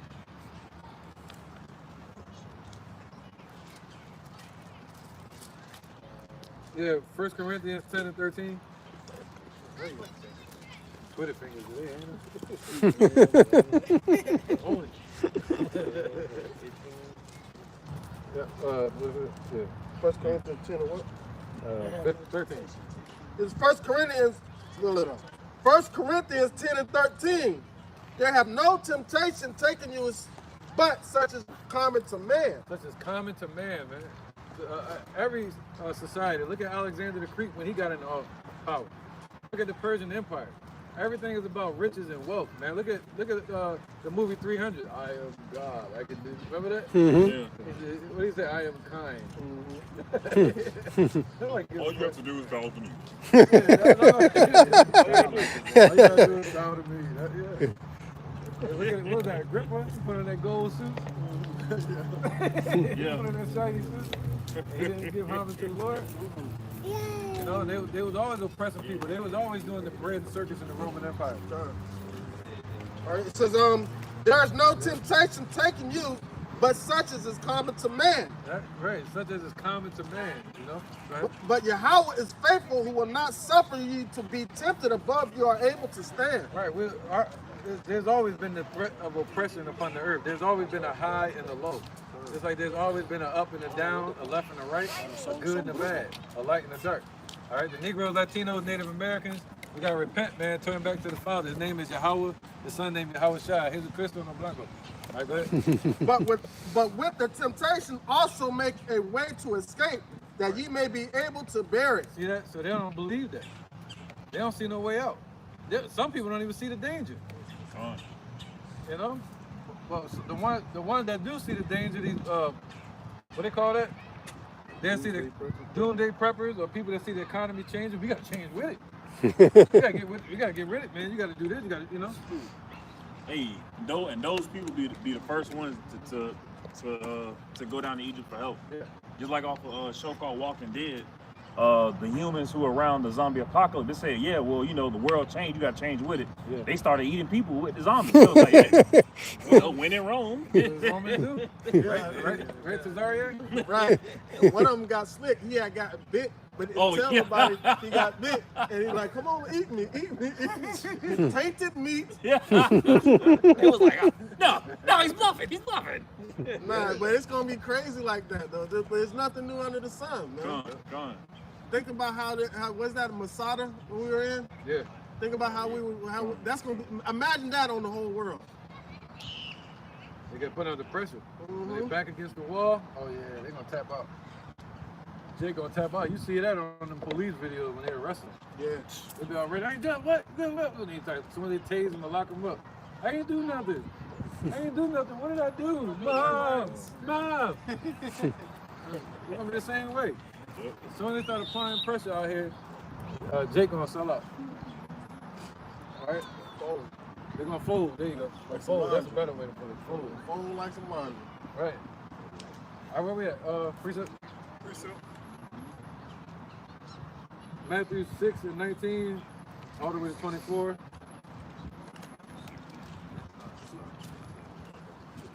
Matthew chapter 6, verse 19. Lay not up for yourselves treasures upon earth, where moth and rust doth corrupt, and where thieves break through and steal. Right, but thieves break through and steal, man, because every day you keep your money in the bank, it's losing interest. And they don't teach you about credit cards. And it's hell trying to get credit. You know, get your credit up. So the whole system is rigged, man. And they want you to fall off. They want you to fall into that sunken place. They want you to fall to the bottom of the barrel so they can just sweep you right or drain you right out. You know, have you live on a low level and get frustrated and go out there and move in haste and hurt somebody or sell something or take something, and the next thing you know, you're right in their jail. But you can't pay a bill and you out on the street homeless. The first scripture you brought up there, first scripture we read was the rich man will drain thee and then forsake thee, shake his head at thee. Like, oh, he ain't got no more money? All right, whatever. Yeah. You ain't got nothing of value for me? All right, whatever. Right. Just like these celebrities, they'll use them for their talent as long as they can. Then once they're either not popular or they're talentless, they use their singing voice or whatever skill that they have so much that it's not cool no more. They'll just cast them aside. Like Mariah Carey. Yeah. All she got is All I Want for Christmas. That's normally when they lose their influence on the people. As long as these celebrities have influence on the people and they can use them as pawns and just give them little dainties to keep them pushing forward, and they can keep the, like, you know what I'm saying, like Beyonce followers to keep following behind our foolishness. As soon as they lose that notoriety where they can influence the people, that's when they. Go ahead. You know what I'm saying? Now Beyonce is going to use her daughter to get money. Allegedly. Go ahead. It's Romans chapter 1, verse 27, verse 28. And even as they did not like to retain Yahweh in their knowledge, Yahweh gave them over to a reprobate mind, do these things which are not convenient. And I'm skipping to 32, who is knowing the judgment of Yahweh, that they which commit such things are worthy of death, not only do the same, but have pleasure in them that do them. So our people don't want the wisdom, knowledge, and understanding of Yahweh by Shem Yahweh Shai.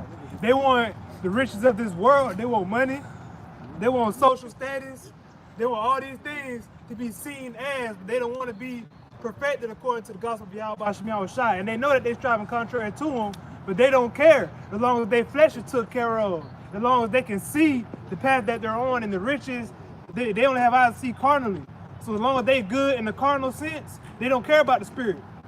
But the Lord gonna judge them according to their wickedness, regardless of how they see it. And that's just it. Con. All right, where we at? Matthew chapter 6, verse 20. But lay up for yourselves treasures in heaven, where neither moth nor rust doth corrupt, and where thieves do not break through nor steal. Right, they can't corrupt it. They can corrupt the dollar. They can change the value anytime they want. Manipulate it. Manipulate the market. Manipulate the Wall Street. You know, all the stocks. They can even manipulate the digital currency now. Yeah, everybody like Bitcoin. I finally got some Bitcoin. We don't know who the maker of it is. And now they trying to move to a Fed coin. So that would make all the other Bitcoin illegal. Counterfeit money type. And then everybody would lose all they got. It'd be illegal. What are they gonna do with it? All right. So that's what's coming. Go ahead, brother. Verse 21, for where your treasure is, there will your heart be also. So if your treasure is here in America, once America falls, so will your heart. And the word heart means mind. So when this place falls, your mind is gonna fall. You're gonna be bugged out. Yeah. Look at Amazon. Well, think about it. Whatever you have, like your mind is gonna be. Whatever you value as a treasure, that's what your mind is gonna be on, man. That's exactly what your mind is gonna be on. So if you value this system of money as a treasure, that's why you keep looking crazy when the money starts doing the funny dance. So your mind dancing along with it. Now you worried. But if you treasure how about you now shining the truth, that's where your mind is gonna be at, man. Yeah. Bezos back and counting that money like they want some of this money. Bezos sounding like what Bernie Mac said. You ain't nothing but Jimmy Walker. You spend records. Only pick orders. Now go back out there and pick. They only doing that for so long because they getting the robots to do that. Okay. Yeah. And the robots don't complain. Yeah. Hey, No, they just kill themselves. That shit is so crazy. Like I said, there's a whole section of the warehouse where nothing but robots are running, and you see them going back and forth, grabbing stuff, putting it, wrapping the pallets up and stuff like that, and it's just quiet. Yep. No work rate, no nothing. No, it's just quiet, bro. It look like the iRobot scene. No sick days. No need to get off early. Yeah, they don't call in. Man. My manager be getting mad when we laugh too much down in my job. They're setting it up for universal income. So people gonna be like, what about us now? They're like, oh, we're gonna give y'all something. We still have some form of humanity here. Take this what's it called, allowance. Come on. We're gonna give everybody allowance every week, and people gonna love it. Yeah. He said, what did Klaus Schwab say? You have nothing and love it. You will have nothing and be happy. Con. You have nothing and be happy. Think about it. So at least we ain't gotta work for it. Right. That's what they gonna say. Yeah. All right. Where was that? Matthew chapter 6, verse 22. The light of the body is the eye. Right. So the light of the body is the eye, man. That's your mind. If therefore thine eye be single, thy whole body shall be full of light. You know, so the Lord is saying this: fortify your mind, man, before the evil days come. It's gonna get worse out here. Yeah, you're gonna feel that pressure. We all may feel that pressure. You're gonna have some complaints. He'll kick that baby in the head. You're gonna have some complaints. You're gonna be upset. You might want to protest as well. You know, but the thing is, the Lord saying, don't even worry about it. Your time coming, man. Con. You know, go ahead, brother. But if thine eye be evil, thy whole body shall be full of darkness. If therefore the light that is in thee be darkness, how great is that darkness? See, if their mind focused on this place, and this place becomes dark as it is, the darker it is, that dark becomes part of that person. You know, it's going to darken them. Verse 24. Yep. He said, all joy is darkened. And the crazy part about it, that is, like, just think of somebody being a father, right? And their daughter or their kids are crying that they're hungry. They're gonna feel justified for the wicked acts that they're gonna be doing because of how chaotic it's gonna be. They're gonna think they're morally right for what's being done. Look at the holidays. Come on, I just about to come. We celebrate because of children, man. Yeah. You gotta make them happy. You know, the feelings police. What the kids want. Feeling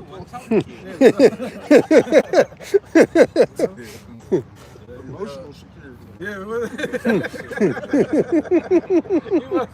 you feeling police, huh? You part of emotional security. Yeah. Verse 24. Yeah, go ahead, bro. No man can serve two masters, for either he will hate the one and love the other, or else he will hold to the one and despise the other. You cannot serve God and mammon. Right, so imagine there's two ropes there. One is to pull you up and one is to pull you down. Which one are you gonna pull? You know? You looking for something to pull you up or something to pull you down to the ground. That's what America's gonna do. It's gonna be an anchor. It'll cause you to sink. Thinking that it's your help. But the rope that the Lord is throwing out for help, that's gonna pull you up to safety. You know? All right, where was that? No, Matthew, he just finished Matthew 6. All right, Ecclesiastes 7-12. This is the book of Ecclesiastes, chapter 7 and verse 12. Right. For wisdom is a defense, and money is a defense. Right, so wisdom is a defense and money is a defense.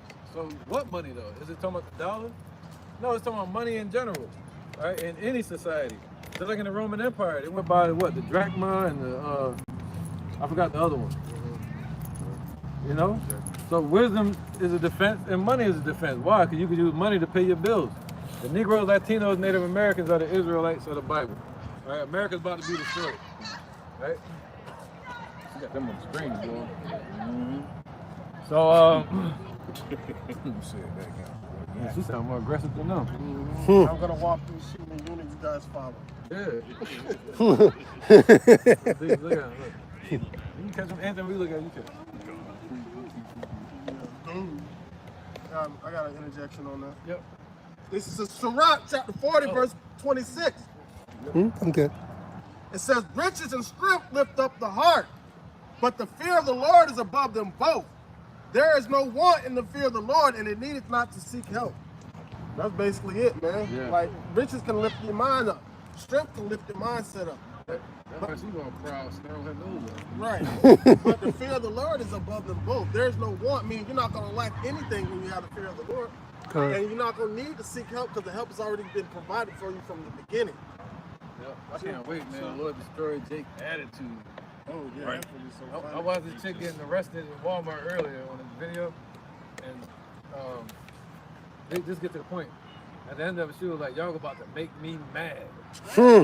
and every time you watch watching Jake get locked up in the Walmarts and all that, you're gonna hear him say that. "You about to make me? Ooh, you about to make me mad."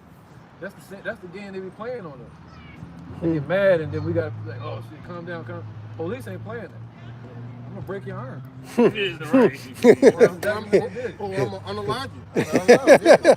I'll get paid vacation time. You know what I'm saying? So that's what the Lord is about to do, man. He about to crush all their little feelings, man. All these attitudes, snarling their nose up, showing anger towards us. That's gonna be a Like sight that to matters. see. Huh? A humble Jake. I ain't never seen that before. Yeah, they ain't gonna Outside never. of this. Yeah, they're gonna be humble. They're gonna be forced, man. They'll never be humble until the kingdom, man. Okay. They prideful. They got that rocket spirit. All right, let's get Kabas. You still got those? They already passed. I mean, wow. Yeah, you already brought it up. Right. Second Ezra chapter 8, verse 50. For many great miseries shall be done to them that in the latter times shall dwell in the world, because they have walked in great pride. There you go. So Khan, man, walking around with your nose tooted up, hey, while the men of the Lord, Yahweh Bashim Yahushua is speaking you through his men. All right, so you want to take that lightly. Oh yeah, I ain't worried about that, whatever the case may be. So you going about your business, man. Walking around in great pride. I'll be all right. Shit, I've been stacking this bread up, this cheddar, getting it better. So I ain't got to worry about that, man. Hey, shit, I got my guns, I got my stick, I'm sticked up. None of that's gonna suffice within that time, man. The only thing that's gonna suffice in that time is the covering of the Lord, Yahweh Bashim Yahushua, man. If you don't have that, hey, shit, your ass gonna be numbered to the sword, whether that sword be famine, pestilence, civil war, racial war, or utmost those ICBMs, man, intercontinental ballistic missiles, all right? Yeah, a spiritual war within yourself. They come. Bad health, all kind of shit. You gotta eat. You gotta eat right the best of your ability. You gotta pray. You know what I mean? So we could be worrying about outside danger, and the danger could be inside. Okay. So you know what I mean? So we gotta pray to the Lord now. Seek Him early before the evil days come nigh, because really Judgment Day is a day for the Most High, but also Judgment Day is each individual when they die. That's their judgment right there. You know? So it's really about that. Praise the Lord when we have some energy to truly jump and shout for His name. Yeah, man. That only reason I agree with them protesting against Bezos is just to be a thorn in his side, so he don't have no rest. Come. And the signs of the times. And signs of the times too. You know what I mean? All the extras in the movie. That's what they're doing. You know? All right. We'll get one more, man. We can start wrapping it up. I can do this later. Sirach 2 and 1, all the way to 4, and then 1 Timothy 6 and 7. This is Sirach chapter 2, verse 1. It says, my son, if thou come to serve the Lord, Yahweh Bashem Yahushua, prepare thy soul for temptation. Right, so that's what he's saying, man. Right now, we should be preparing our soul. What he say, the bride have made herself ready. He said, put on the armor. He said, what? Shake off the dust. All right, put on that beautiful garment. You gotta be intentional. All right, you gotta assert yourself into the situation. You can't just be living life on autopilot. You know. He said what? He said prepare your soul for temptation. Well, how you prepare it? All right, say I'm ready. That's it. Are you gonna look in the mirror and do that? Are you gonna do a Eminem encouragement before the rap battle? Yeah. Mom spaghetti. You know, do some football stuff, hype, you know, No, how do you make yourself ready?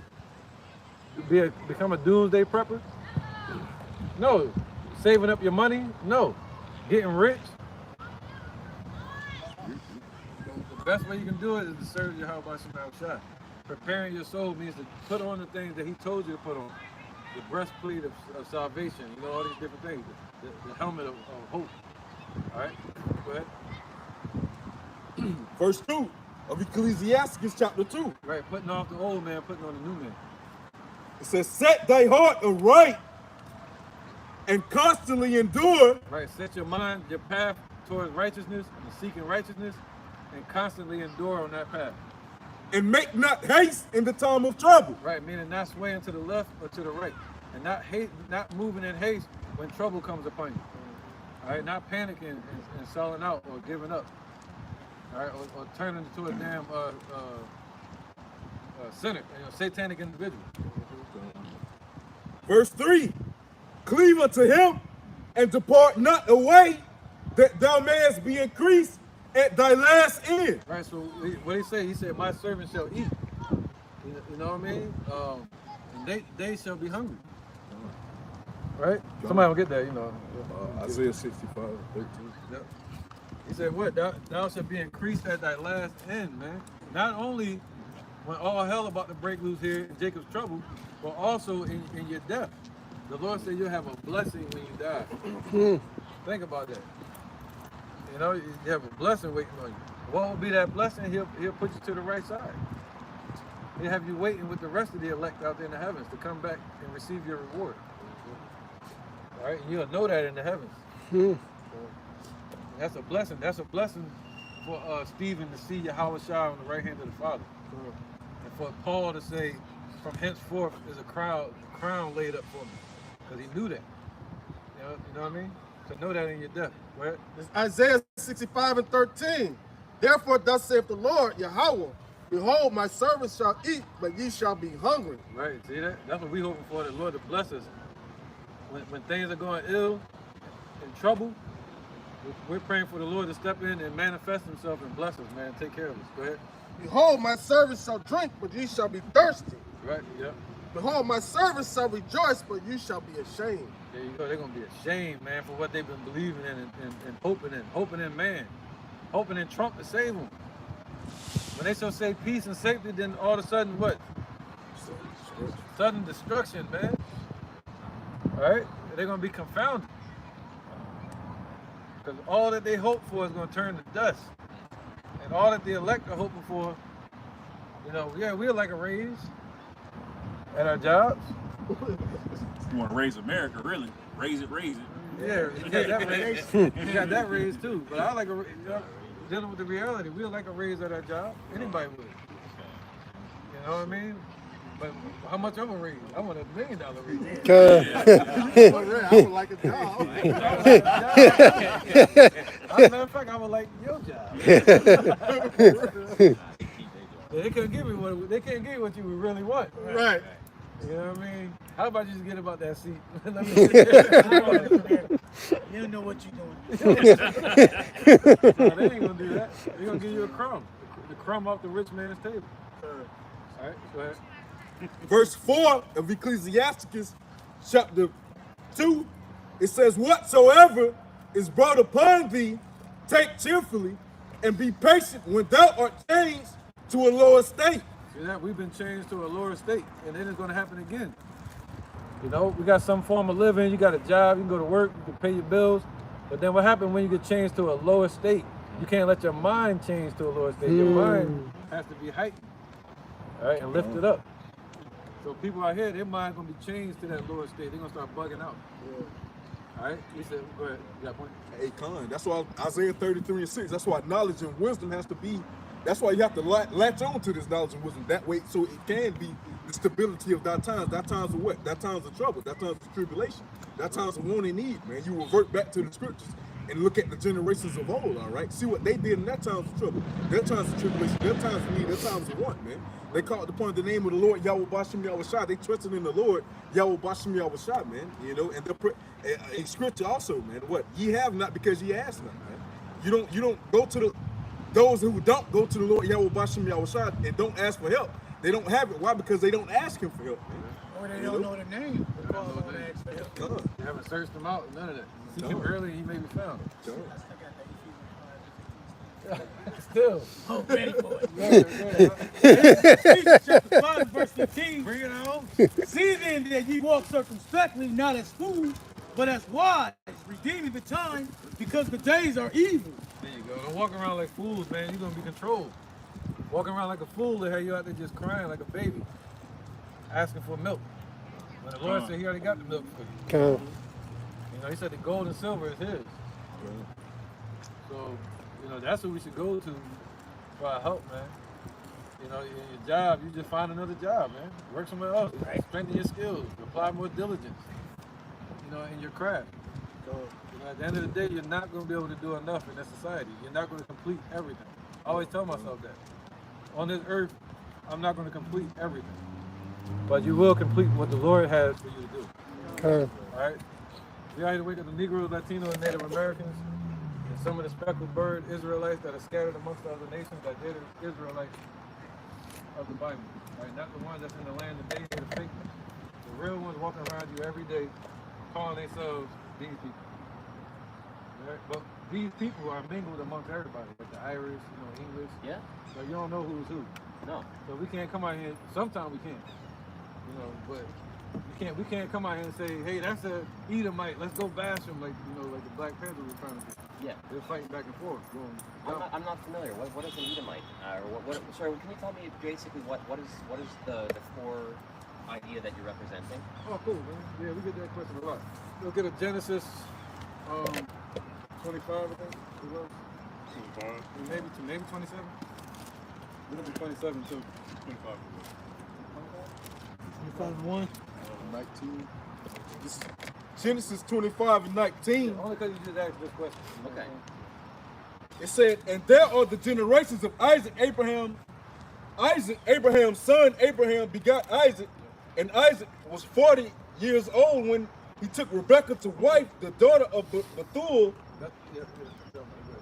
the Syrian, of Padan Aram, the sister of Laban, the Syrian. Yeah, get the point. Okay, you know the point at? 23. 23? 22, right? So you find verse 23, 22. It says, and the children struggled together within her, and she said, if it be so, why am I thus? And she went to inquire of the Lord, And the Lord said unto her, 2 nations are in thy womb. Right. So we up here, we deal with prophecy. Prophecy. Straight prophecy. You know, prophecy. Yes, you know of what course. prophecy Of is? course, yes. It's the foretelling of events that are to come. To say before. Yes. Right? Messiah means to say before. Yeah, to say before, exactly. Yep. But not like Mahatma Gandhi type of prophecy or Right. psychic prophecy. Well, I think Gandhi was preaching Not about like the Pope Right. prophecy. But you're getting your so we're and So not man-made prophecy. We're talking about prophecy from God. the prophecies from God as written in the Bible. Written in the Bible. Okay. Only. Okay. Okay. It says, and 2 manner of people shall be separated from thy bowels. Right. 2 manner of people. Okay. Not just 2 babies. Right. But 2 manner of people. Two like nations. Are you familiar with it? You just didn't know. Yeah. I know the sort of the basics. Yeah, Esau and Yeah, Jacob. you probably read that one before. You probably read it before. Go ahead. It says, and the people, and the one people shall be stronger than the other people. Right, it's talking about Jacob shall be stronger than Esau. Right. Right? Isn't that Right. basketball? As sports? it's told, right. You saying, go ahead. And the elder shall serve the younger. See, the elder is going to serve the younger in the future. So Jacob is the older sibling, or Esau is the older, Esau's the because older. he came out first. Oh, I see. You know, the first baby is supposed to get everything from the parents, But the younger will be stronger. the younger is going to be stronger. I see. And the Most High did something different here. Second Ezra chapter 6, I think 8. He made, because usually the first baby would get everything from the parents. Right. So get blessed traditionally. But he did something different here. He said the elder is going to serve the younger. That is changed from tradition. That's a change from the tradition. See that? Yeah. So that's prophecy right there. Okay. Now let's deal with the prophecy and the apocrypha. Let's answer your question. You have the apocrypha? We got the prophecy. All right. This is 2nd Ezra chapter 6, verse 7. Then answered I and said, what shall be the parting asunder of times? So what should be the parting asunder of the time, the ages, the kingdoms? Splitting of the kingdoms? Yep. You see that? So basically going all the way back to the mystery of iniquity, the Roman Empire was ruling, going all the way back to the Greek Empire. When he said the wicked root was gonna come out called Antiochus Epiphanes. Yeah. You know? Antiochus, he was a prophet, wasn't he? Or He was a demon. demon. I see. He forced the Israelites to eat pork. He boiled their Yeah, family. they didn't like that. You got to read the Maccabees, the book of Maccabees. In the I'm not Apocrypha. familiar with that one. Yeah, get your Apocrypha. So where's the nation of Jacob today? The nation of Jacob doesn't The exist. descendants of The descendants of Israel. Okay. So his name was changed to Israel. He wrestled with Samuel. I don't know about Samuel. He wrestled with an angel. It was Samuel. It didn't say a name. That's what And so See what I'm saying? the people who claim to be. See what I'm saying? if you read that book that they read is the Babylonian Talmud. Babylonian is Talmud. Right. We deal with the King James Bible, in this Hebrew context. Right? Okay. Paleo Hebrew, not the Yiddish. okay, yeah, the Yiddish, that would have been the Ashkenazi people in Europe. Yes. Ashkenazi, and the Yiddish is a gumbo of German and Slavic language, Right. and a tiny little bit of Hebrew. Yeah. Right? So I'm talking about a point. Go ahead. Somebody read something. All right, so it says, Yeah, I forgot. We're getting deep. Go ahead. it says, then answered I and said, what shall be the parting asunder of times? Or when shall the end of the first and the beginning of it that followeth? There you go. So when shall they stop ruling? And when is Jacob gonna get his blessing? I don't know. That's what he was asking. That's what Ezra was asking I see. around 452 BC. It says, verse 8, it said, he said unto me, from Abraham unto Isaac, when Jacob and Esau were born of him, Jacob's... No, now we went back to the Genesis again. Back to You see how they're referencing yeah, it's connected. It's footnotes. that in prophecy between. matters Yeah. over time. Go ahead. And he said unto me, from Abraham unto Isaac, when Jacob and Esau were born of him, Jacob's hand held first the heel of Esau. For Esau is the end of the world, and Jacob is the beginning of it that followeth. So he held on to his heel. Is that related to the story of the fields? No. They Achilles took it from the Bible. Oh, I see. You know, a lot of those stories in Greece Yeah. and Rome, they took from the Bible, they took from other cultures. Yeah. You know what I mean? Yeah. Somebody get that in the Maccabees where it said he brought the picture, images and all. But now, where it said he grabbed the foot of Esau, that's representing the foot represents the end of a system. Yeah, the bottom, the baseline where it stops. The end where it stops. Yeah. Right? So now he came out grabbing the heel. So you would think, all right, he's going to rule first, and then the next baby going to rule.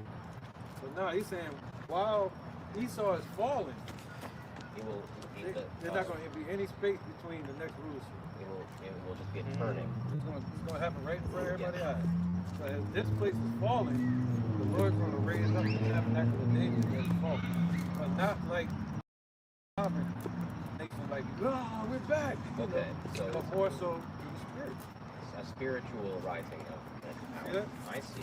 So if you had one lesson for someone who's unfamiliar to take away, what would that lesson be? Give it to you. Okay, but that kind of that's the basis. So the basis is that the people of Esau, or the descendants of Esau, will come and take a spiritual seat above the fallen people of Jacob. No. Other way around. Oh, other way around. The children of Jacob will take a spiritual seat above Esau. But wouldn't that be limiting the Most High? You know what I'm saying? No, yeah. That's bigger than that. Yeah. Okay. So let's think a little bigger. Look at Daniel chapter 7. Hold on, what question? Yeah, you good. Why they getting this? What do we do? So all these people who claim to be Jewish, are they going to take the mantle? Are they going to be the rulers of the world? They're talking about fighting for Elijah's mantle and all that, or something like that. Well, what do you think? I mean, they claim that they're the descendants of Israel. Revelation 2 and 9.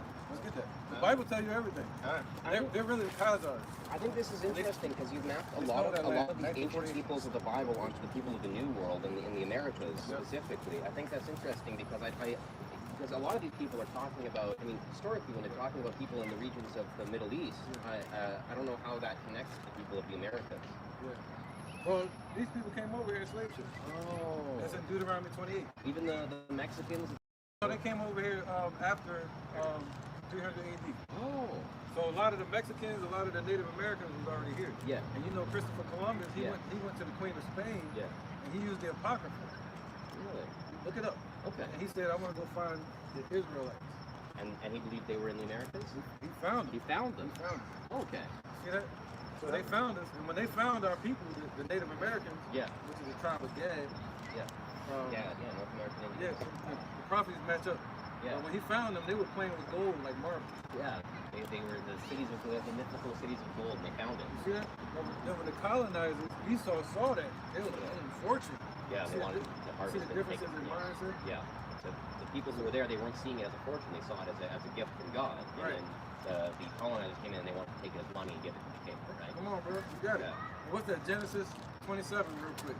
The blessing. Just flow with me real fast. Okay. These last couple points. Okay. Yeah. So this is the point. The overall view. All right, this is the big one. The big one. Go ahead. I still want to get that though. Go ahead. This is Daniel chapter 7, verse 27. Y'all not cold, man? I'm all right. I'm from Canada. I got shorts on. I'm down from Saskatchewan. This is hot for me. I'm sweating. Saskatchewan, Canada. Right now it's like minus 10, minus 15 degrees out there, and it's covered in snow. This is hot. Y'all past the mountains. Yeah. This is Daniel chapter 7, verse 27. It says, and the kingdom and the dominion and the greatness of the kingdom under the whole heaven. Go 2 more verses so you get the point, the context. This is Daniel chapter 7, verse 25. And he shall speak great words against the Most High, and shall wear out the saints of the Most High, and think to change times and laws, and they shall be given into his hand until a time and times and the dividing of time. Right, so who thought to change times and laws? Julian calendar. They changed it from the Hebrew calendar. Yeah. They still got the whole time. They changed it. You put the clock back, clock forward. Yeah. Time zones. Well, actually, we don't do time zones in Saskatchewan. We don't. I'm talking about America, though. Right. You know, America, because America is basically the revived Roman Empire all over again. Really? With the backing of NATO and the EU. Yeah. The EU is basically the same 10 common markets from Rome. Yeah, it is, isn't it? All over again. I think the EU is a big mess. Look at it. This is 7 heads, 10 horns. All of them together. All of them together. They rule the world. Through these people. Can you give us a hint? Oh, yeah, I see some nasty faces in there. And they from there. Go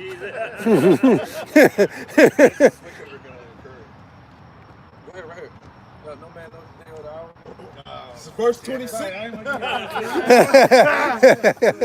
It's verse 26 of Daniel 7.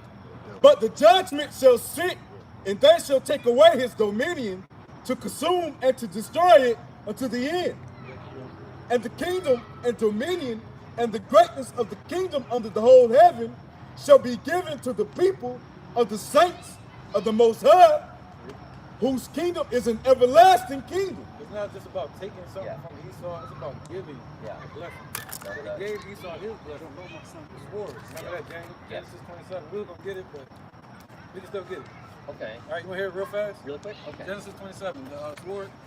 It's Genesis chapter 27, Blessing of Isaac. verse 38.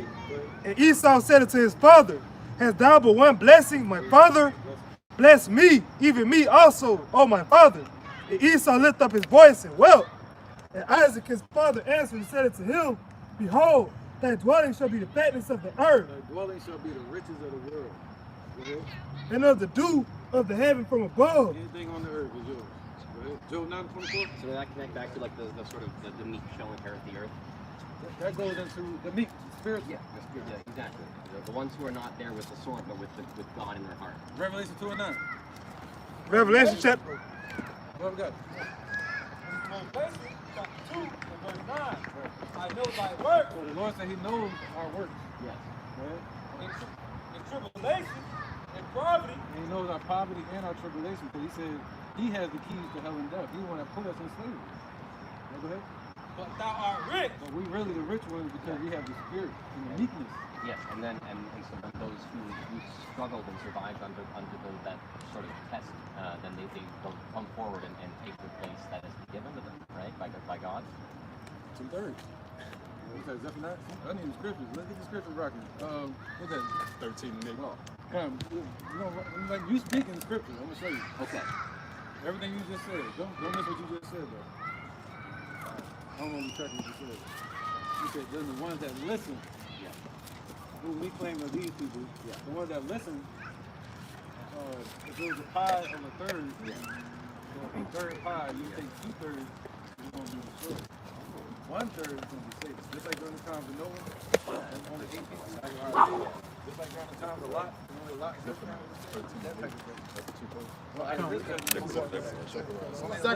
not everybody, because they're black, because they just our people. Those people, they're gonna get destroyed. If they Christians and into the world eating pork, shrimp, lobster, holidays, Christmas, Santa Krampus. Krampus, yeah. You get what I'm saying? Yeah.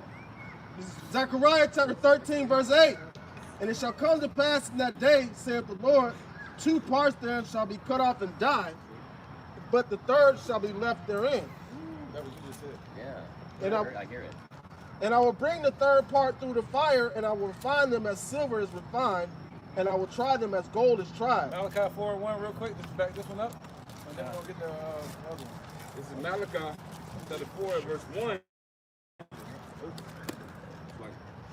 Everything you just said. For behold, the day cometh that shall burn as an oven. It's gonna burn like an oven. ICBM missiles. Yeah, We in that time now. They talking nukes now. The end time, right there. It's the end times, man, bro. And all the proud, and all that do wickedly. All that do wickedly, all the proud ones. Yeah. The ones that exalt themselves above God.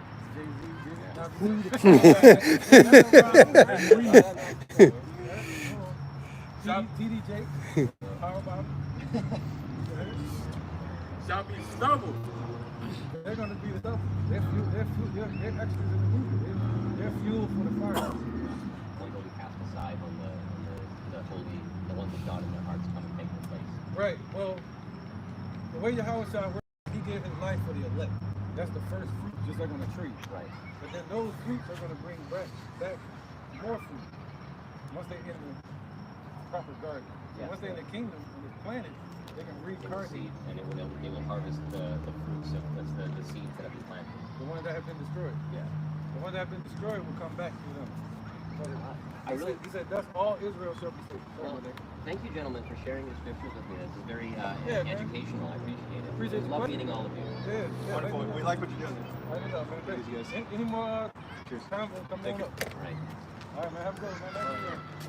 Love meeting all of you folks. Yo, take it easy. Hey, let's bring these precepts up to close with that point. All right, man. All right. Precept. Yep, put them to work. This is Zechariah chapter 14, verse 12. Yep. And this shall be the plague wherewith the Lord will smite all the people that fought against Jerusalem. Yep. Their, I'm glad they agree. their flesh shall consume away while they stand upon their feet, and their eyes shall consume away in their holes, and their tongue shall consume away in their mouth. Yeah, they got a bad one coming, man. So that's the judgment that the Lord has for not only these heathens, but also 2/3. All right, and Esau knew that. You know what I mean? And I think he was about to get to that point where he was about to be realize his destiny. I need to get out of this kitchen. He gets real hot. That's why he was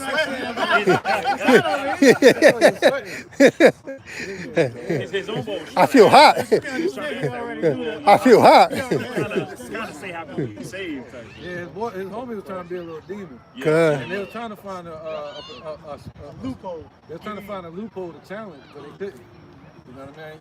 We ain't give him a chance to challenge. You know, we only gave him a chance to ask questions and then get cut. And the primary reason is because every question that he asked, we answered it with the scriptures. That's right. With subtlety. That was a smart demon. He knew. He knew. Come. Like he didn't know though. No, he knew where he was in deep water. He's sniffing. Yeah, he's sniffing. You see, like, oh, yeah. I can't. Barking up this wrong tree right here. Bark up. Where we at? Couple more precepts, maybe a couple more. Man, we can get off that topic. Get back on this real quick. All right. So we already read Sirach 2 and 1 over the 1 Timothy 6 and 7. You see that, like, every precept don't have to be brought out. You know, you just kind of just you load it up, but then you just unload it. 1 Timothy 6 and 7. Yeah, 1 Timothy 6 and 7. This is 1 Timothy chapter 6, verse 7. For we brought nothing into this world, and it is certain we can carry nothing out. Right. So we brought nothing into this world, and it is certain we can carry nothing out, man. You know, so Jeff Bezos, let him enjoy his little riches.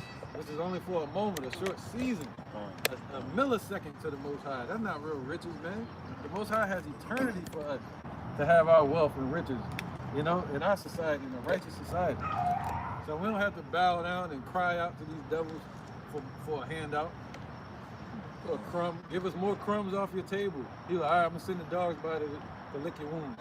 I need someone to come heal these wounds. He's gonna send dogs by to lick your wounds. He's gonna stick these other nations on you. I got the perfect, I'm gonna send you an ambulance. There's gonna be a bunch of dogs coming to lick your wounds and infect them. Right, and they're gonna send in more people. What they doing at the borders? Time. More workers. More workers, more people getting stores. More you know? Where was that? 1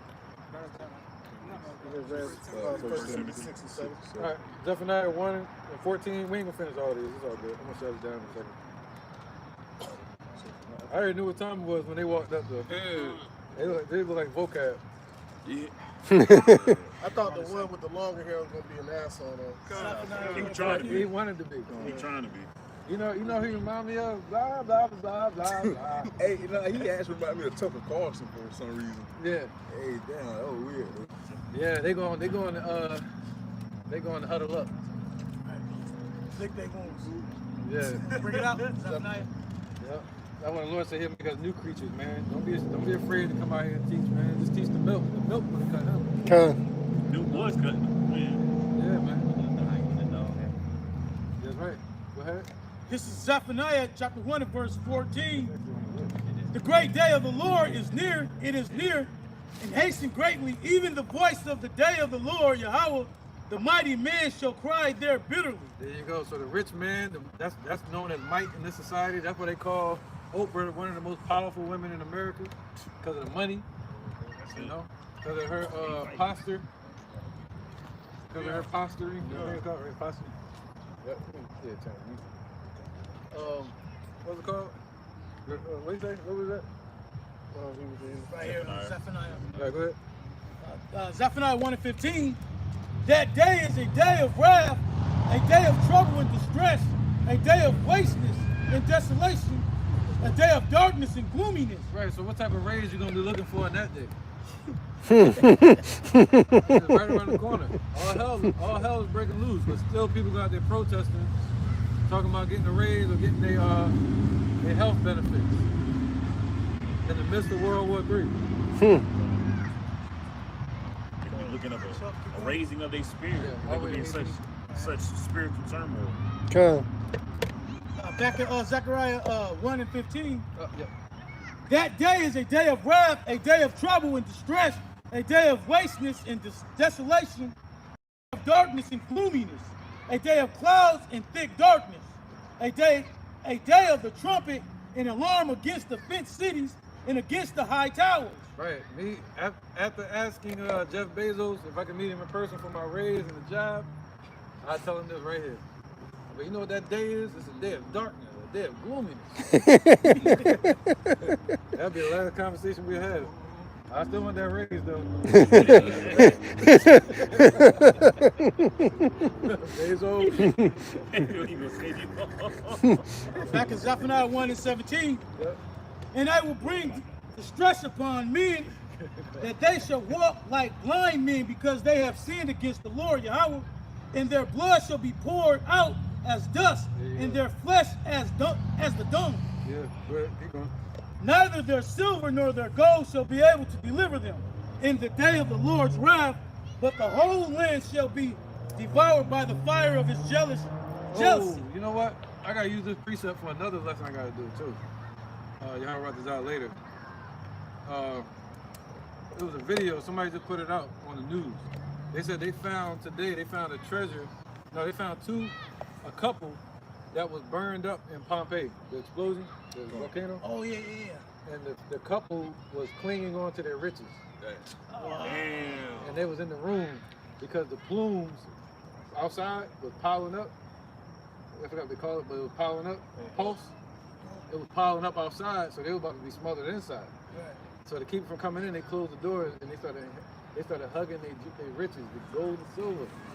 What did it say? It said, where am I? Zephaniah 1 and 17. Oh no, 1 and 18.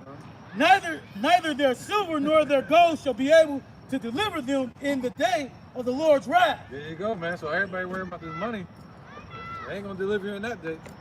And he said, you have brought nothing into the world, and it's certain that we can take nothing with us. Certain, that's proof. That's crazy. The gold got purified from the fire and they got burnt The gold got turned into crisp. Okay. Their skinny ass is sitting there still holding the gold. They must have been Egyptian. No, they was No, yeah. It was fried hard. It was well done. All right, so I think we'll wrap it up. You know what I mean? Oh, you can take. You can Acts 2 and 20. Why not? Hey, I'm telling you. Acts 2 and 20, Acts 2 and 20. This is Acts chapter 2, verse 20. It says, the sun shall be turned into darkness and the moon into blood before that great and notable day of the Lord Yahweh Bashem Yahushua come. Right, it don't matter what Bill Gates, all these elites trying to do, blocking out the sunlight, what you call that, trying to stop alleged global warming. Whatever they do, they can't stop what's coming. All the money you save up, all the raises you get, whatever, it's not going to help you from what's coming. It's not going to stop the judgment day, man. And in that day, what? The sun is going to be pitch black out there. Oh. All right, I think we'll shut it down so it's getting loud. Go ahead, Verse 21, and it shall come to pass that whosoever shall not call on the name of the Lord Yahushua, verse 21 of Acts chapter 2, it says, and it shall come to pass that whosoever shall call on the name of the Lord Yahweh Bashem Yahushua shall be saved. Right, he said his name is worth way more than money, and wisdom is better than any choice ruby, or any treasure that can be had, man. You know, that'll save you in that day. All right, not your gold and silver. All right, not your 401ks, not your family passing down heirlooms and businesses to you. You know. All right, James 5:1. Yeah, this is what people like Jeff Bezos and these elites have coming to them. You know, you just work hard and go home and get you some good rest. The Lord says you're well deserving of it. But let them worry about the riches and worry about maintaining the state of this world as it's falling apart. This is James chapter 5 and verse 1. Go to now, ye rich men, Right. weep and howl. Weep and howl. That's what he's going to be doing. Weep and howl. Go ahead. For your misery that shall come upon you. That's right. Your riches are corrupted, and your garments are moth-eaten. Right. So your riches, their riches that they put out there, the dollar, their little pay that they give you, $17, $22 an hour. You know, he said what? That's corrupted. He said unjust, unbalanced, or something like that. Unjust weight, something like that. False balance, domination. Yeah. Somebody get that? So their riches are corrupted. This is how, because let me know y'all get it. Hopefully somebody get it quick. It's Proverbs 20 and 23. Diverse weights are an abomination unto the Lord, and a false balance is not good. So just like the other scripture saying false balance is an abomination, unjust weight is the same thing. And that's how this whole system is operated off of a pyramid scheme. Yeah, come on, man. Corruption. All right, go ahead. So everything they built is corrupt. It's a false balance, man. The dollar, this whole system, and the pay system. You know, you go in there and take your paycheck to a bank. They take it and stack it up and hold it for insurance and get more money off of it on their market, stock market. You know, but you only get what's on the paper that was written on there. 500 debt notes, 1,000 debt notes. You know, so you're only supposed to get one. You cashing your check, you're supposed to get $1. You're supposed to be able to take that dollar around anywhere and say, I promise you to pay. You know, they're supposed to take receipt of that dollar and then give you a card, whatever you need on this playing board. You're supposed to be a player in the game, not getting played by the game. But they don't run the system that way. The dollar has been duplicated because of hyperinflation. So they gotta give you all the money that's on your paper, your paycheck. You know? Go ahead. Back to James 5 and 3. Your gold and silver is cankered, and the rest of them shall be a witness against you. Right, so their money has become a cancer to the society and to people. The love of money is the root of all the evil. So it has become a cancer and an idol in the minds of our people. 2/3 of our people, man, a lot of our people, all right, in this society. And it has caused decay and a cancer to this world. And he said the rust of it shall be a witness against them. So all the chaos, they say order out of chaos. So all the chaos that their system is causing all around the world, there's gonna be a witness against these devils. That they're the ones that built it, that they're the ones that set up Amazon. You know, that they're the ones that set up Facebook. You know, the digital system, the MOTB, the dollar system. The first world order moving into a new world order. All right? So the Lord said all that, what that's done to the world and to the people is going to be a witness against them. He's going to judge them for that. All right? So, go ahead, bro. This is Genesis chapter 41, verse 29. This is about Joseph when he was telling Pharaoh the meaning of his dream. Behold, there come 7 years of great plenty throughout all the land of Egypt. All right, in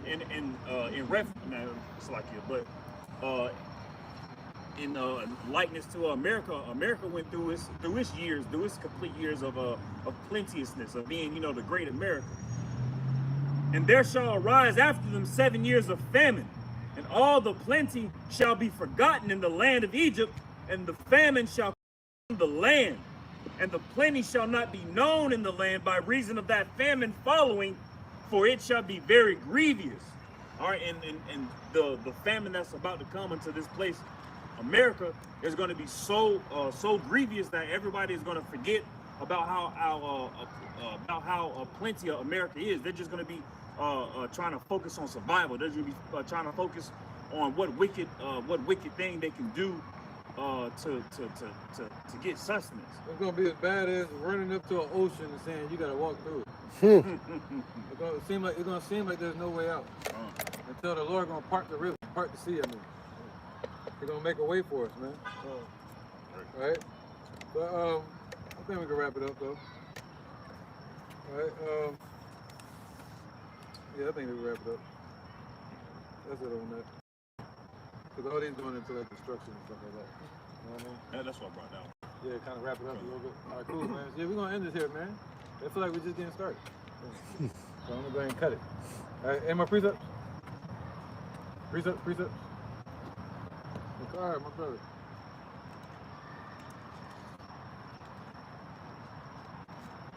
This is Sirach chapter 40, verse 13.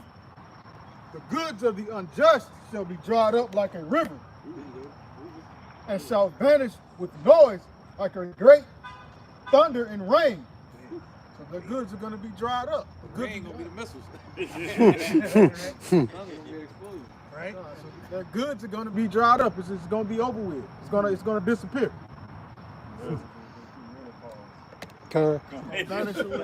Yeah, come the whore Babylon going through menopause. That was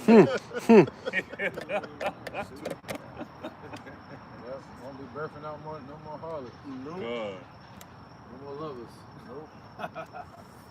So with that, we're gonna end it, man. And I hope you was edified. Encourage another day to be in any newcomers.